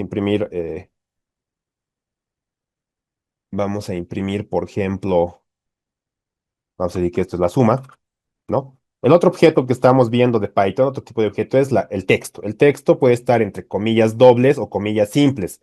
Ya yo estoy bien acostumbrado a la comilla doble porque es como se trabaja también en otros entornos, ¿no? Pero si ustedes van a comenzar con Python, de repente van a usar otro lenguaje que sí permite comilla simple, también se puede, ¿no? Puede ser con comilla simple o comilla doble, eso ya depende de gustos, digamos, ¿no? No es que sea obligatorio hacerlo de una forma u otra. Yo voy a hacer con comilla doble. Entonces vamos a decir que la suma, ¿no? Por ejemplo, es A más B. Entonces, ¿cómo voy a juntar lo que me salga acá dentro de este texto? Lo más fácil es poner una coma. Ya, vamos a poner una coma y le vamos a decir que esto es A más B. Listo. Entonces, con ello yo tengo una suma. Entonces, con esto vamos a decir que esto es una resta. La resta simplemente va a ser a b menos a para que me salga un número positivo.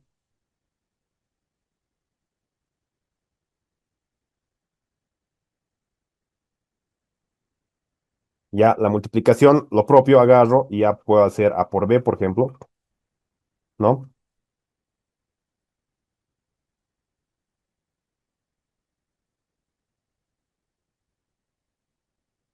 No, división. Por ejemplo, esto sería b entre a, ¿no? Para que sea el número mayor entre o b, a entre b, veremos qué pasa. A entre b. División módulo tenemos, ¿no? Módulo. El módulo, como les decía, me va a dar el residuo. Le cambia, si 13 cuartos, 3 o a módulo b, a módulo b. Y tenemos la potencia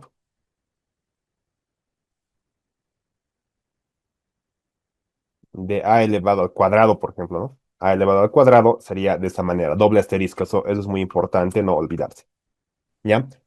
Y finalmente tenemos lo que es la división entera, que nos va a dar, como les decía, la parte entera de la división. En este caso va a ser división entera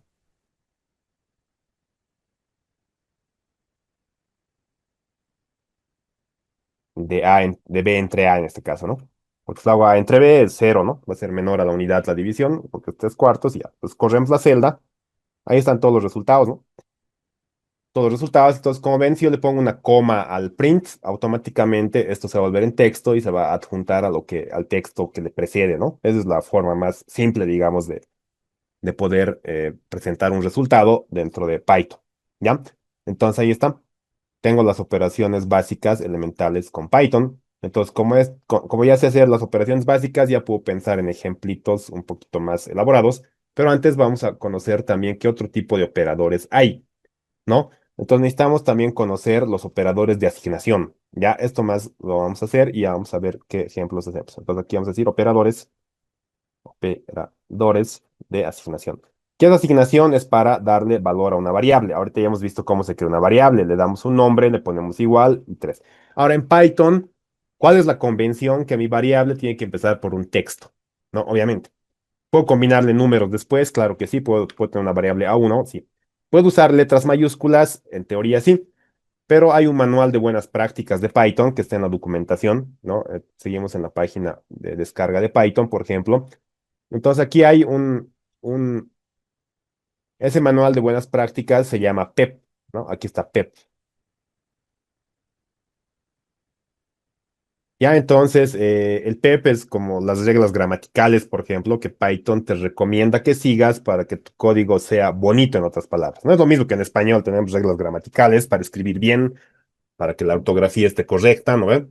Entonces, en Python hay igual estas guías. Entonces, obviamente, leerse todo esto medio que a todos nos daría pereza, ¿no? Pero aquí están todos sus números de PEPs. Entonces, en eso PyCharm tiene una ventaja, ¿no? Que PyCharm, al ser exclusivo de Python, pues ya te salta que no estás cumpliendo ciertas PEPs, ¿no? De repente en Visual Studio Code hay extensiones para que te los revise los PEPs. Como les digo, no les va a afectar en gran cosa su código, más que en la parte visual, digamos, ¿no? En la parte de cómo queremos que se vea el código, que esté ordenado y que mantenga todo lo que los desarrolladores de Python han pensado cuando han hecho este lenguaje o le siguen añadiendo cosas, ¿no? Entonces, eso es. Entonces, entre las convenciones del PEP me dice que no use, que trate de evitar variables con mayúsculas. ¿Ya? Eh, es una de las reglas que me recomienda seguir. Entonces, a no ser que sea muy necesario que mi fórmula que voy a programar sea exclusivamente o obligatoriamente o de repente combine dos letras, una mayúscula y una minúscula, entonces ahí sí tendría que puedo analizarlo, ¿no? Pero mientras no, pues voy a tratar de usar siempre letras minúsculas. ¿Ya? Es uno. Pues como les decía, si habíamos visto cómo asignar valores a una variable de forma tradicional, con el igual en Python, así de simple, no hay que poner dos puntos, no hay que poner nada, ¿no? Al final tampoco se pone nada, en otros lenguajes hay que cerrar la línea con punto y coma, con una llave, con algo en Python, es así de simple, es A igual valor, ¿no? Nombre de la variable igual lo que quiero guardar. Listo. Entonces, ¿cómo también puedo asignar? ¿Cómo también puedo asignar? ¿Cómo puedo asignar datos a una variable, pues con estos operadores. Aquí está otra imagen.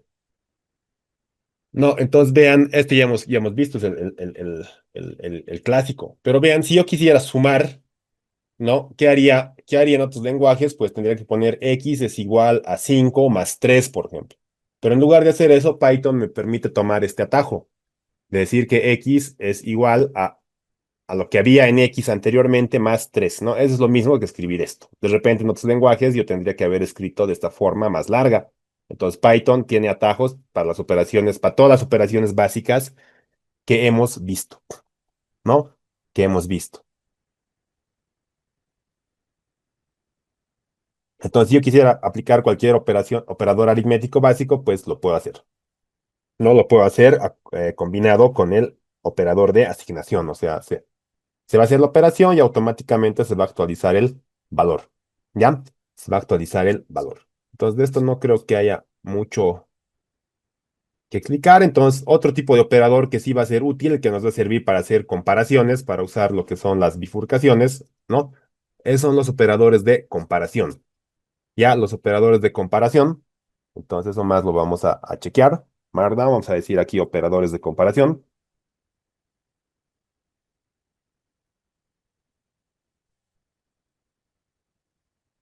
¿No? Entonces, vean, los operadores de comparación, pues son los que ya conocemos, el igual, que siempre está, el diferente, ¿no? El igual, el diferente, el mayor que, mayor o igual o menor o igual. Entonces, esta es la sintaxis que hay que escribir en Python, ¿no? Y obviamente, esto, ¿qué me va a dar de resultado? ¿No? Vamos a conocer ahora el nuevo tipo de dato. Ya hemos visto que podemos usar números, enteros, estamos usando textos, y ahora pues vamos a ver el tipo de dato booleano. Ya, entonces aquí vamos a poner parte de esto, entonces va a ser un subtítulo, vamos a decir booleanos, ¿no? Operadores booleanos, o booleanos nada más, ¿no?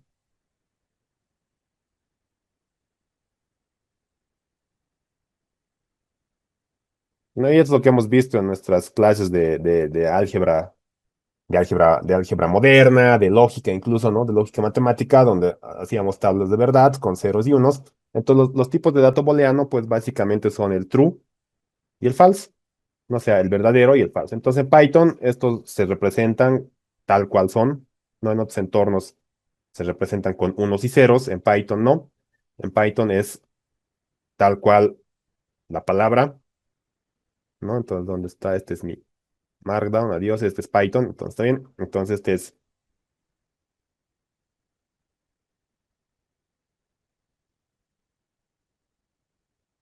¿no? Entonces, en Python tengo true de verdadero y false de falso. Entonces, yo ya, como ya sé cuáles son los datos booleanos, ¿por qué necesito saber? Porque estos operadores de comparación, de acuerdo al resultado de este operador de comparación, me va a devolver un booleano. Y ese booleano, pues lo tendré que meter a algún lado, ya sea para aplicar un condicionante o para tomar decisiones sobre qué es lo que voy a hacer, ¿no? Eso es lo que pasa con los operadores de comparación. Ahora, ¿cómo puedo jugar con booleanos? Pues con los famosos operadores lógicos, ¿no? Que igual lo hemos visto en nuestras lecciones de esas materias, ¿no? Entonces aquí tenemos los operadores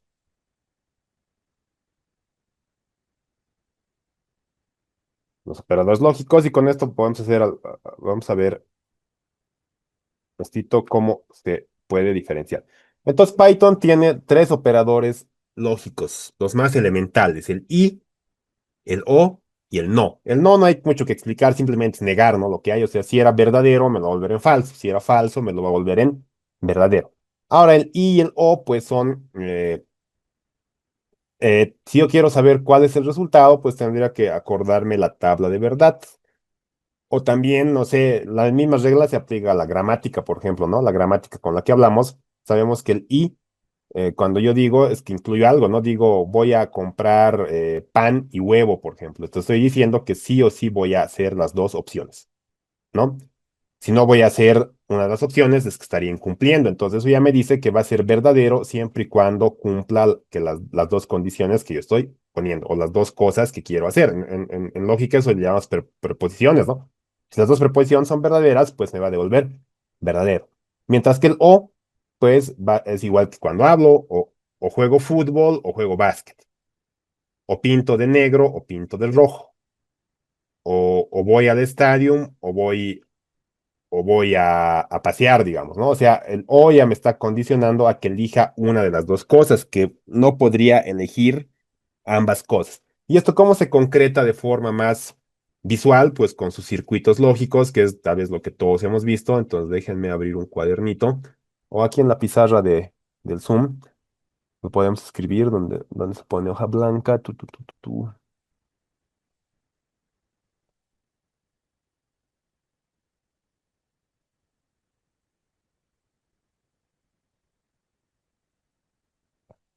A ver,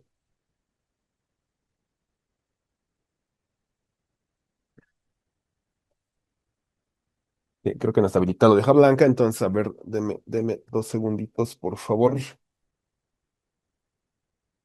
Y les voy a dibujar el circuito lógico. Entonces, con este circuito lógico ya es fácil de entender lo que es el I y el O, ¿no? Y eso, como les dije, yo el circuito lógico es lo que me acuerdo y eso ya no es muy difícil de recordar porque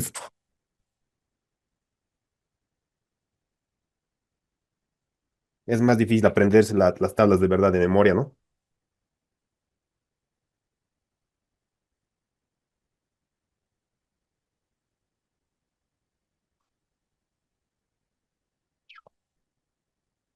Deme un segundo, por favor. Mi lápiz se entró a a un lugar que me dificulta sacar y ya está. Ahora sí. No, entonces, como les decía, a ver,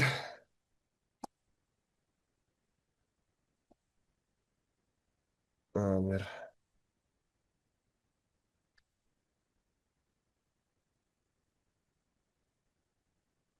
se me desconfigura el lápiz. Deme un segundo, por favor.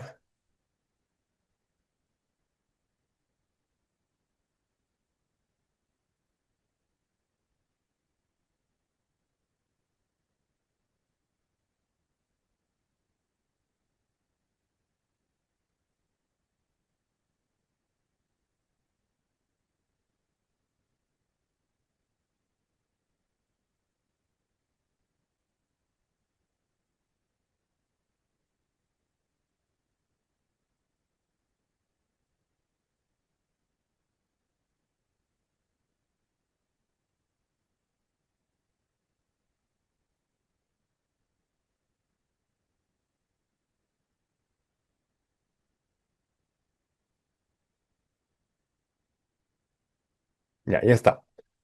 Entonces, como les decía, el circuito lógico es bastante fácil de acordarse e invertido.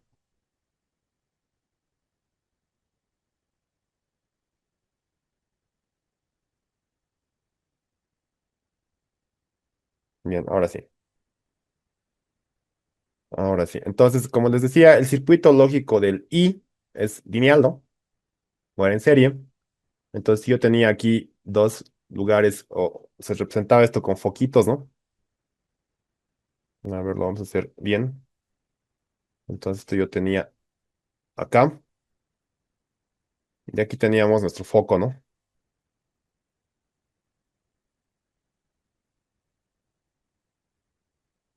Y aquí teníamos dos interruptores. Obviamente, este es el I, ¿no? El I, o lo que es en inglés el AND, en Python se escribe AND en inglés. Entonces, pues, si yo quería que la electricidad pase, ¿qué tenía que pasar? Este tenía que ser verdadero, y este era verdadero. Si ambos interruptores están prendidos, ¿qué pasaba? Pues la corriente pasa y el foco se prende. Entonces, con eso yo sé que si esto es verdadero y esto es verdadero, pues el resultado es verdadero, ¿no? Entonces se ponía P, Q, y decíamos P y Q, ¿no? Y para caso contrario, pues aquí me queda verdadero, falso, falso, aquí me queda falso, verdadero, falso. Entonces, para todos los demás casos, esto va a ser falso. Pero solo me interesa el primero, ¿no? Porque yo voy a querer que esta condición pase para que mi programa haga algo.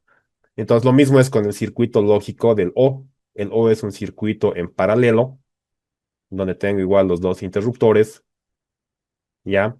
Y como, y como ¿Y cuál va a ser la opción aquí? Puedo pasar por arriba, ¿no? Si esto está prendido, pasa. Si esto está prendido, pasa. Entonces, ¿qué va a pasar con el O? ¿Cuándo no voy a cumplir el O? Cuando ambas cosas sean imposibles de hacer, ¿no? O voy al fútbol o voy al básquet, pero ¿qué pasa si llueve o que se suspenden mis partidos? Pues no voy a ninguno, ¿no? Si no voy a ninguno, no hago nada. Entonces, ¿qué pasa con el O? Pues que si ambos son falsos, pues esto no se prende, ¿no? Entonces, ¿cuándo voy a recordar esto? Entonces vamos a decir P o Q es solo falso cuando ambos son falsos. Listo, las demás combinaciones todas van a ser verdaderas y nuevamente esta es la que me interesa. ¿Por qué? Porque con esta voy a querer que se cumpla o que pase para que mi programa haga algo. Para las demás situaciones, pues no va a ser nada o va a ser otra cosa diferente. Entonces, eso, digamos, es la explicación de los operadores lógicos. ¿Y por qué hemos combinado con el otro o por qué estamos mencionando los booleanos? ¿Por qué? Porque con los operadores lógicos solo voy a poder operar booleanos. Vean, aquí este ejemplo me está diciendo que x es menor que 5. Sabemos que aquí x va a tener, es una variable, va a tomar cualquier valor que mi programa le recoja. Entonces, si esto ya va a tener un booleano de resultado, puede ser verdadero o falso, y este también va a tener otro booleano, estoy operando booleanos. Entonces, estos operadores lógicos solo me sirven para operar datos booleanos, ¿ya? Que eso quede bien claro. Bien, bien, continuamos. Ya entonces, una vez que ya hemos visto esto, pues ya creo que estas son todas las operaciones básicas que se pueden hacer con Python de forma predefinida, digamos, ¿no? De forma predefinida. Entonces, lo que vamos a ver en este momento es ya hacer alguno que otro ejemplo. Entonces, vamos a poner aquí un Markdown. Vamos a decir que este va a ser nuestro ejemplo 1. Ejemplo 1, vamos a decir cálculo de las propiedades. Propiedades, algo simple. Vamos a comenzar geométricas de una sección rectangular. Y entonces, ¿qué cosa vamos a calcular? Básicamente, le vamos a poner una pequeña descripción. Vean, lo voy a enriquecer con el texto. Entonces, se calcula el área y los momentos de inercia el perímetro. Vamos a poner el área, coma, el perímetro y los momentos de inercia de una sección rectangular. Listo, entonces, incluso puedo escribir las ecuaciones, ¿no? Aquí le vamos a dar una lista numerada. Entonces, vamos a decir área. ¿A cuánto es igual el área? Vamos a decir que A es igual a base, ¿no? En Python, en LaTeX se escribe C dots para que sea el puntito, base por altura, ¿no? Vamos a decir el perímetro. El perímetro simplemente es perímetro, va a ser igual a B más H, ¿no?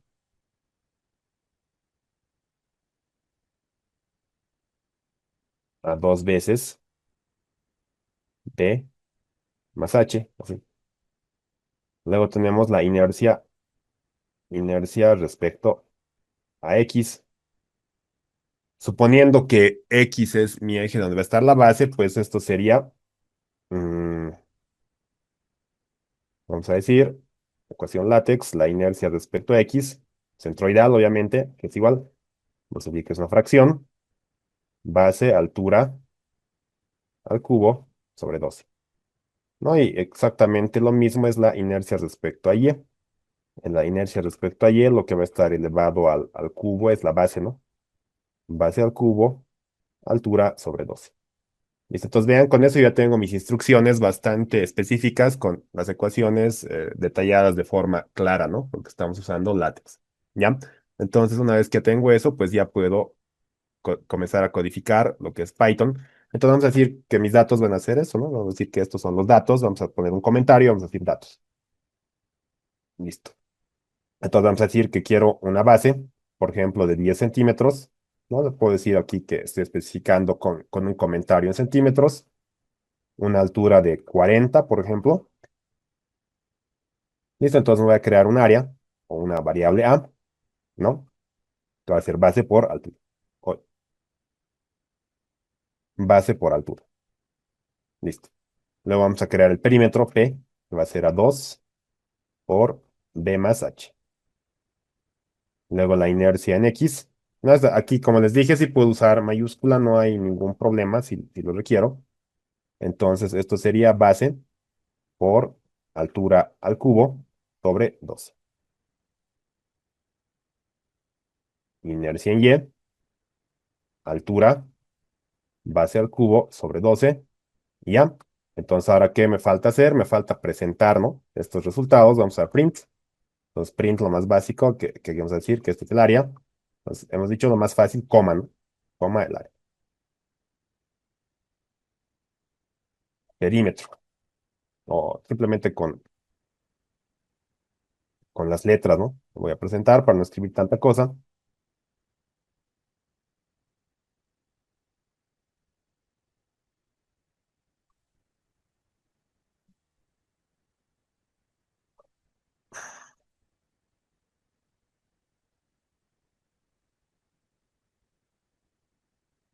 No, ahí está.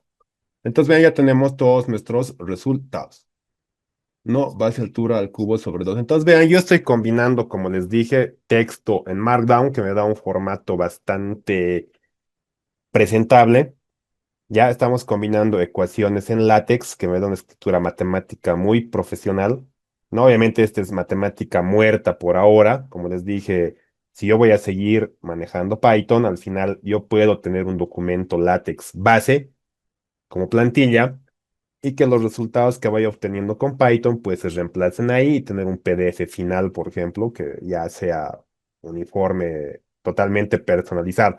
Vamos a ver con las librerías que se van a ir explicando en el desarrollo ya del curso completo, que sí hay, ¿no? Hay librerías que obviamente te generan en LaTeX casi todo.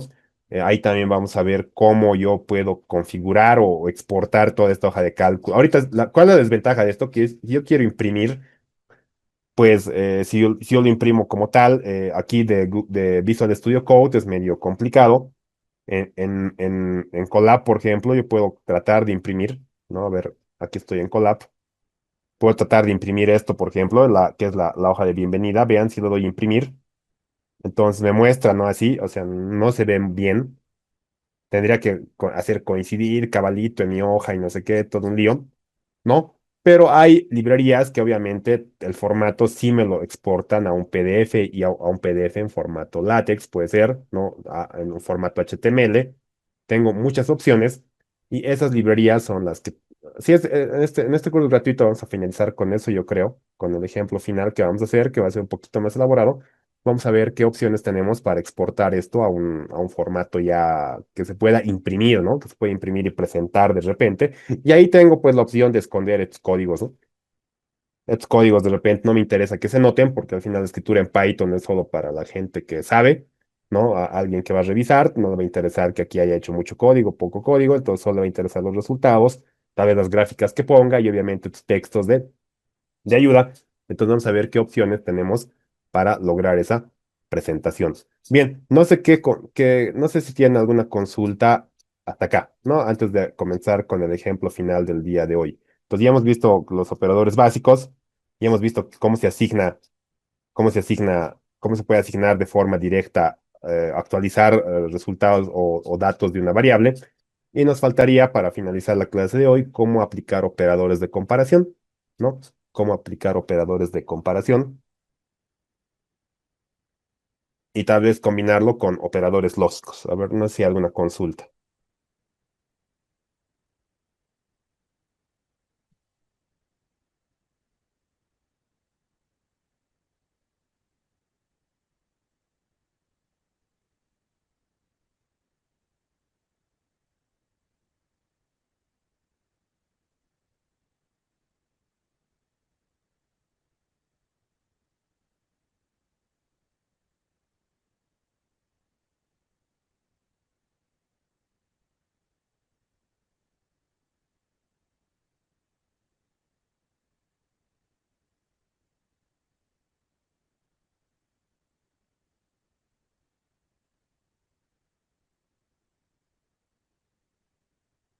Bien, entonces vamos a ver ahorita cómo aplicar los condicionales.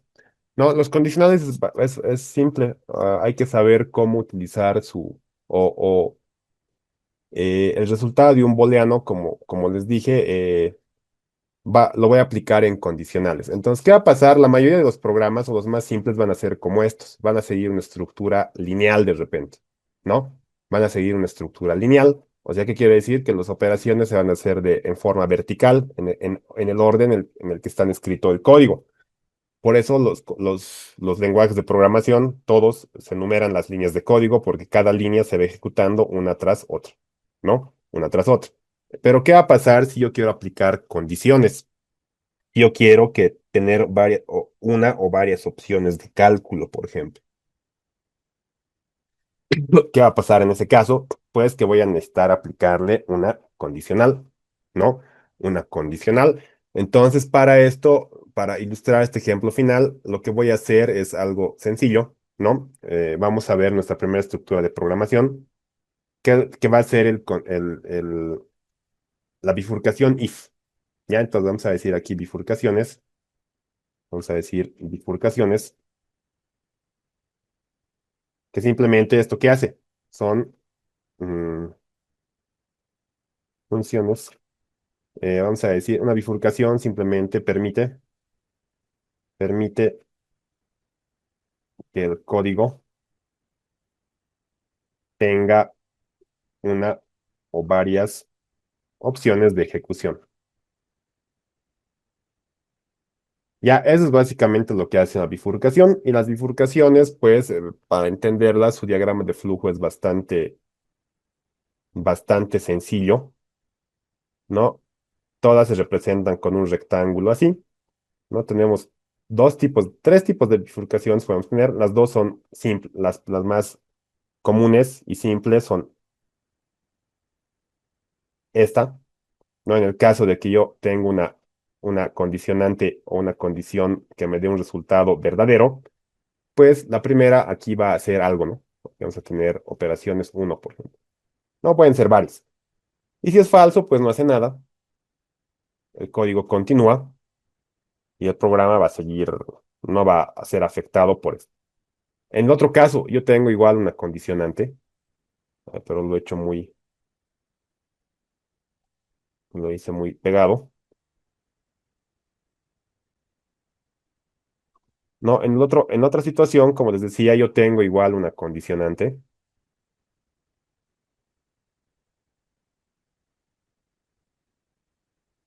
¿Y cuál es la opción que me da esto? ¿O qué es lo que pasa? Que voy a tener dos posibles opciones de que se hagan, una opción uno, una opción 2, ¿no? Que pueden ser igual varias operaciones o instrucciones que se van a ejecutar. Entonces yo puedo utilizar tanto una como la otra o combinaciones de estas, ¿no? Entonces, esto es lo que en todos los lenguajes se llama el if, ¿no? ¿No? Y entonces este es el if, ¿no? Y else. Ya, entonces, si yo sé algo de inglés básico, if significa sí, ¿no? Entonces, aquí me está preguntando, si se cumple esta condición, si es verdadero, entonces hago esto. Aquí me está diciendo, si se cumple la condición uno, aquí vamos a poner la condición uno, entonces, pues, hace esto. Si es falso, si no, significa no. Si no se ha cumplido, pues hace lo demás. Entonces, estas son las dos primeras condicionales que vamos a ver hoy día, ¿no? Con la cual ya voy a tener más control del programa y le voy a poder aplicar una condición para que se cumpla y en función de eso hacer una operación. Entonces, para ilustrar esto, voy a hacer un ejemplo bastante sencillo. Ya con eso finalizamos la clase de hoy día. Mañana vamos a hacer ejemplos un poco más elaborados porque vamos a ver estructuras un poquito más complejas, ¿no? Más complejas, entonces vamos a ver. Entonces, aquí, para eso vamos a hallar, por ejemplo, para eso lo que voy a hacer es el área de un triángulo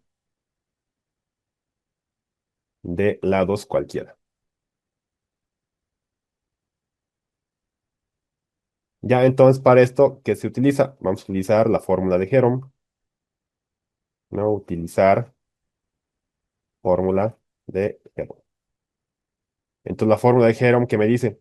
Entonces, me dice que el área es igual, o el área o superficie, S, área la vamos a llamar, que es igual a la raíz cuadrada. ¿De quién? Esto es en látex del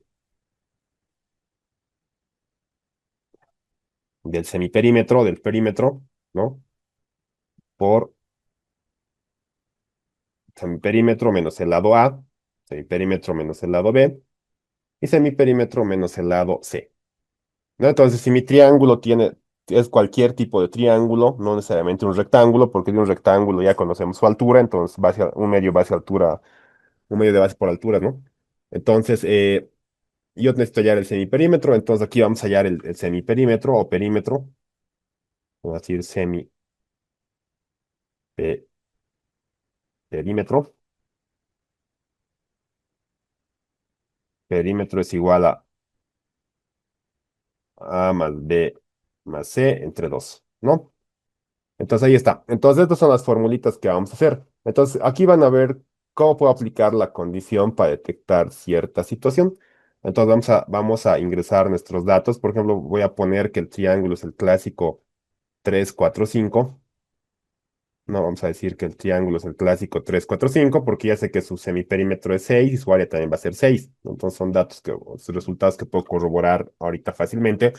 Entonces yo voy a decir que el lado sea 3, que el otro lado sea 4 y que el otro lado sea 5. Obviamente esto va a formar un triángulo rectángulo, entonces ya rápidamente tenemos que el semiperímetro es A más B más C. Y todo esto lo voy a agrupar porque todo lo tengo que dividir entre 2, ¿no? Todo dividido entre 2. Y con eso el área yo ya sé cuánto es. Entonces vamos a decir que es la raíz cuadrada. Ahora, en Python, ¿cómo obtengo raíz cuadrada? Hemos visto que no hay, ¿no? En las operaciones elementales podría usar un exponente a la un medio o a la 0,5. Eso vamos a hacer de inicio, ¿ya? Eso vamos a hacer de inicio. Entonces voy a decir, aquí tengo todo esto elevado a la 0,5. Listo. Entonces, ¿qué tengo? Tengo P multiplicado por 1, 2 y 3. ¿No? Así es. Entonces, P menos A, P menos B, P menos C. Listo. Entonces aquí vamos a imprimir. Vamos a imprimir directamente el área, ¿no? Solo queremos corroborar. Listo. Pongo Shift Enter y ahí está, ¿no? El área 6, como hemos adelantado. Pero, ¿qué pasa con esta fórmula? Va a haber alguna situación que se dé que este valor del perímetro pueda llegar a ser menor que uno de los lados. ¿Eso creen que se puede dar o no? Sí se va a dar. Sí se va a dar cuando los lados no cierren, ¿no? Puedo tener lados muy largos y un lado muy pequeño y no va a cerrar. Entonces, si no cierran los lados, esta raíz se va a volver compleja en algún momento. Entonces, ¿qué va a pasar ese rato?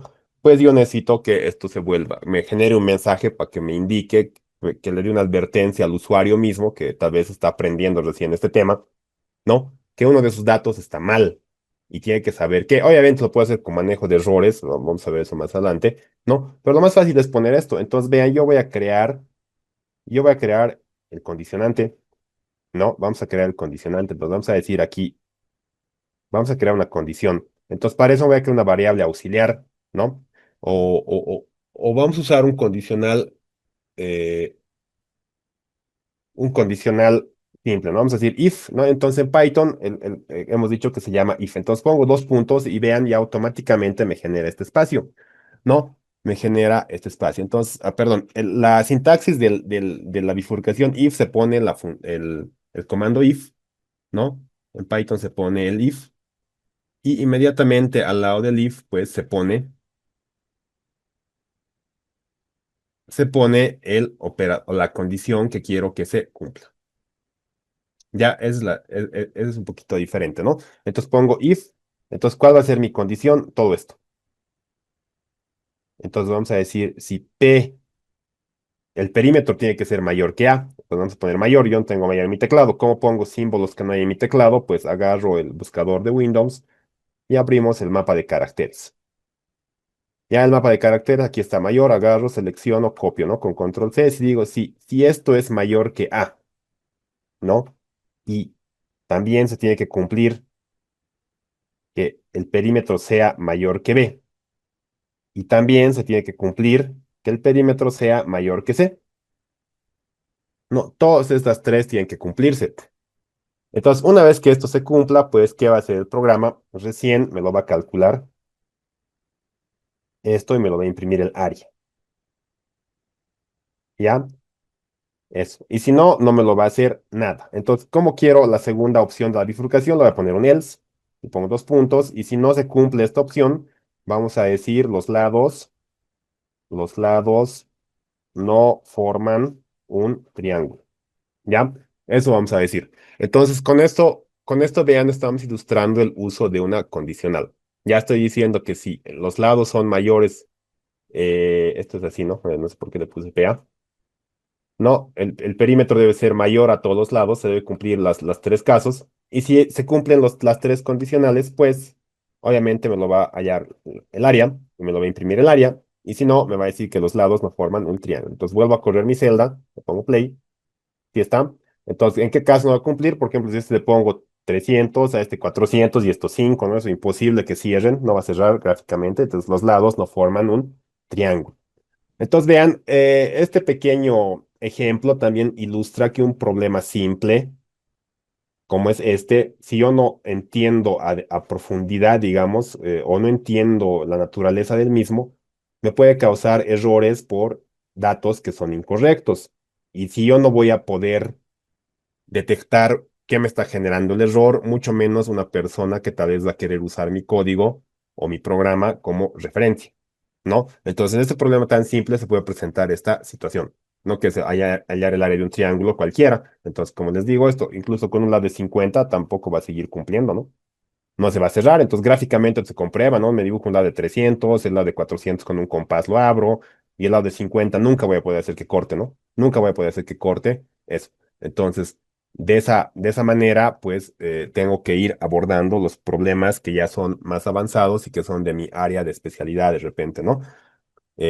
Analizando todos esos detalles. Bien, no sé si hay alguna consulta. Aquí quedaremos, por favor, el día de hoy. Eh, Como ven, es bastante lo que hemos tratado de abordar, ¿no? La configuración de Visual Studio Code lo más complicado, tal vez de repente, si alguien tiene problemas todavía con esto, de repente el día de mañana, durante el día, pueden escribir sus dudas en el grupo para que ya todos tengamos todo listo para la noche, porque en la clase de mañana sí vamos a ver ejemplos un poquito ya más desarrollados con nosotros con las otras funciones que vamos a ver, ¿no? Como les digo, la idea de las clases gratuitas es introducirles al uso de Python, a la sintaxis básica, y ya para luego ir al curso completo que estamos queriendo, que se va a lanzar, donde ya se va a hacer ejemplos mucho más aplicados con el uso de las librerías, ya que de algunas de las librerías que hemos ido viendo, pero es necesario que sepan, ¿no? Que sepan cómo manejar la estructura de datos básica, que sepan las operaciones básicas y todo eso, porque al final las librerías es solo llamar a estas operaciones de forma más compleja, ¿no? Más compleja. Bien, no sé si hay alguna consulta, por favor, antes de finalizar la sesión del día de hoy.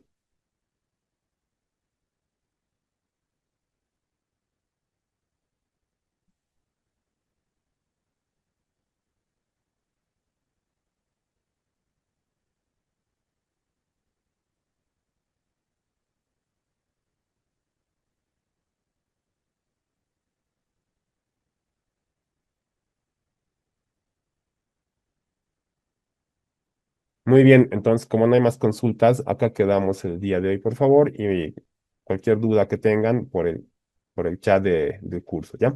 Tengan todos buenas noches y hasta el día de mañana.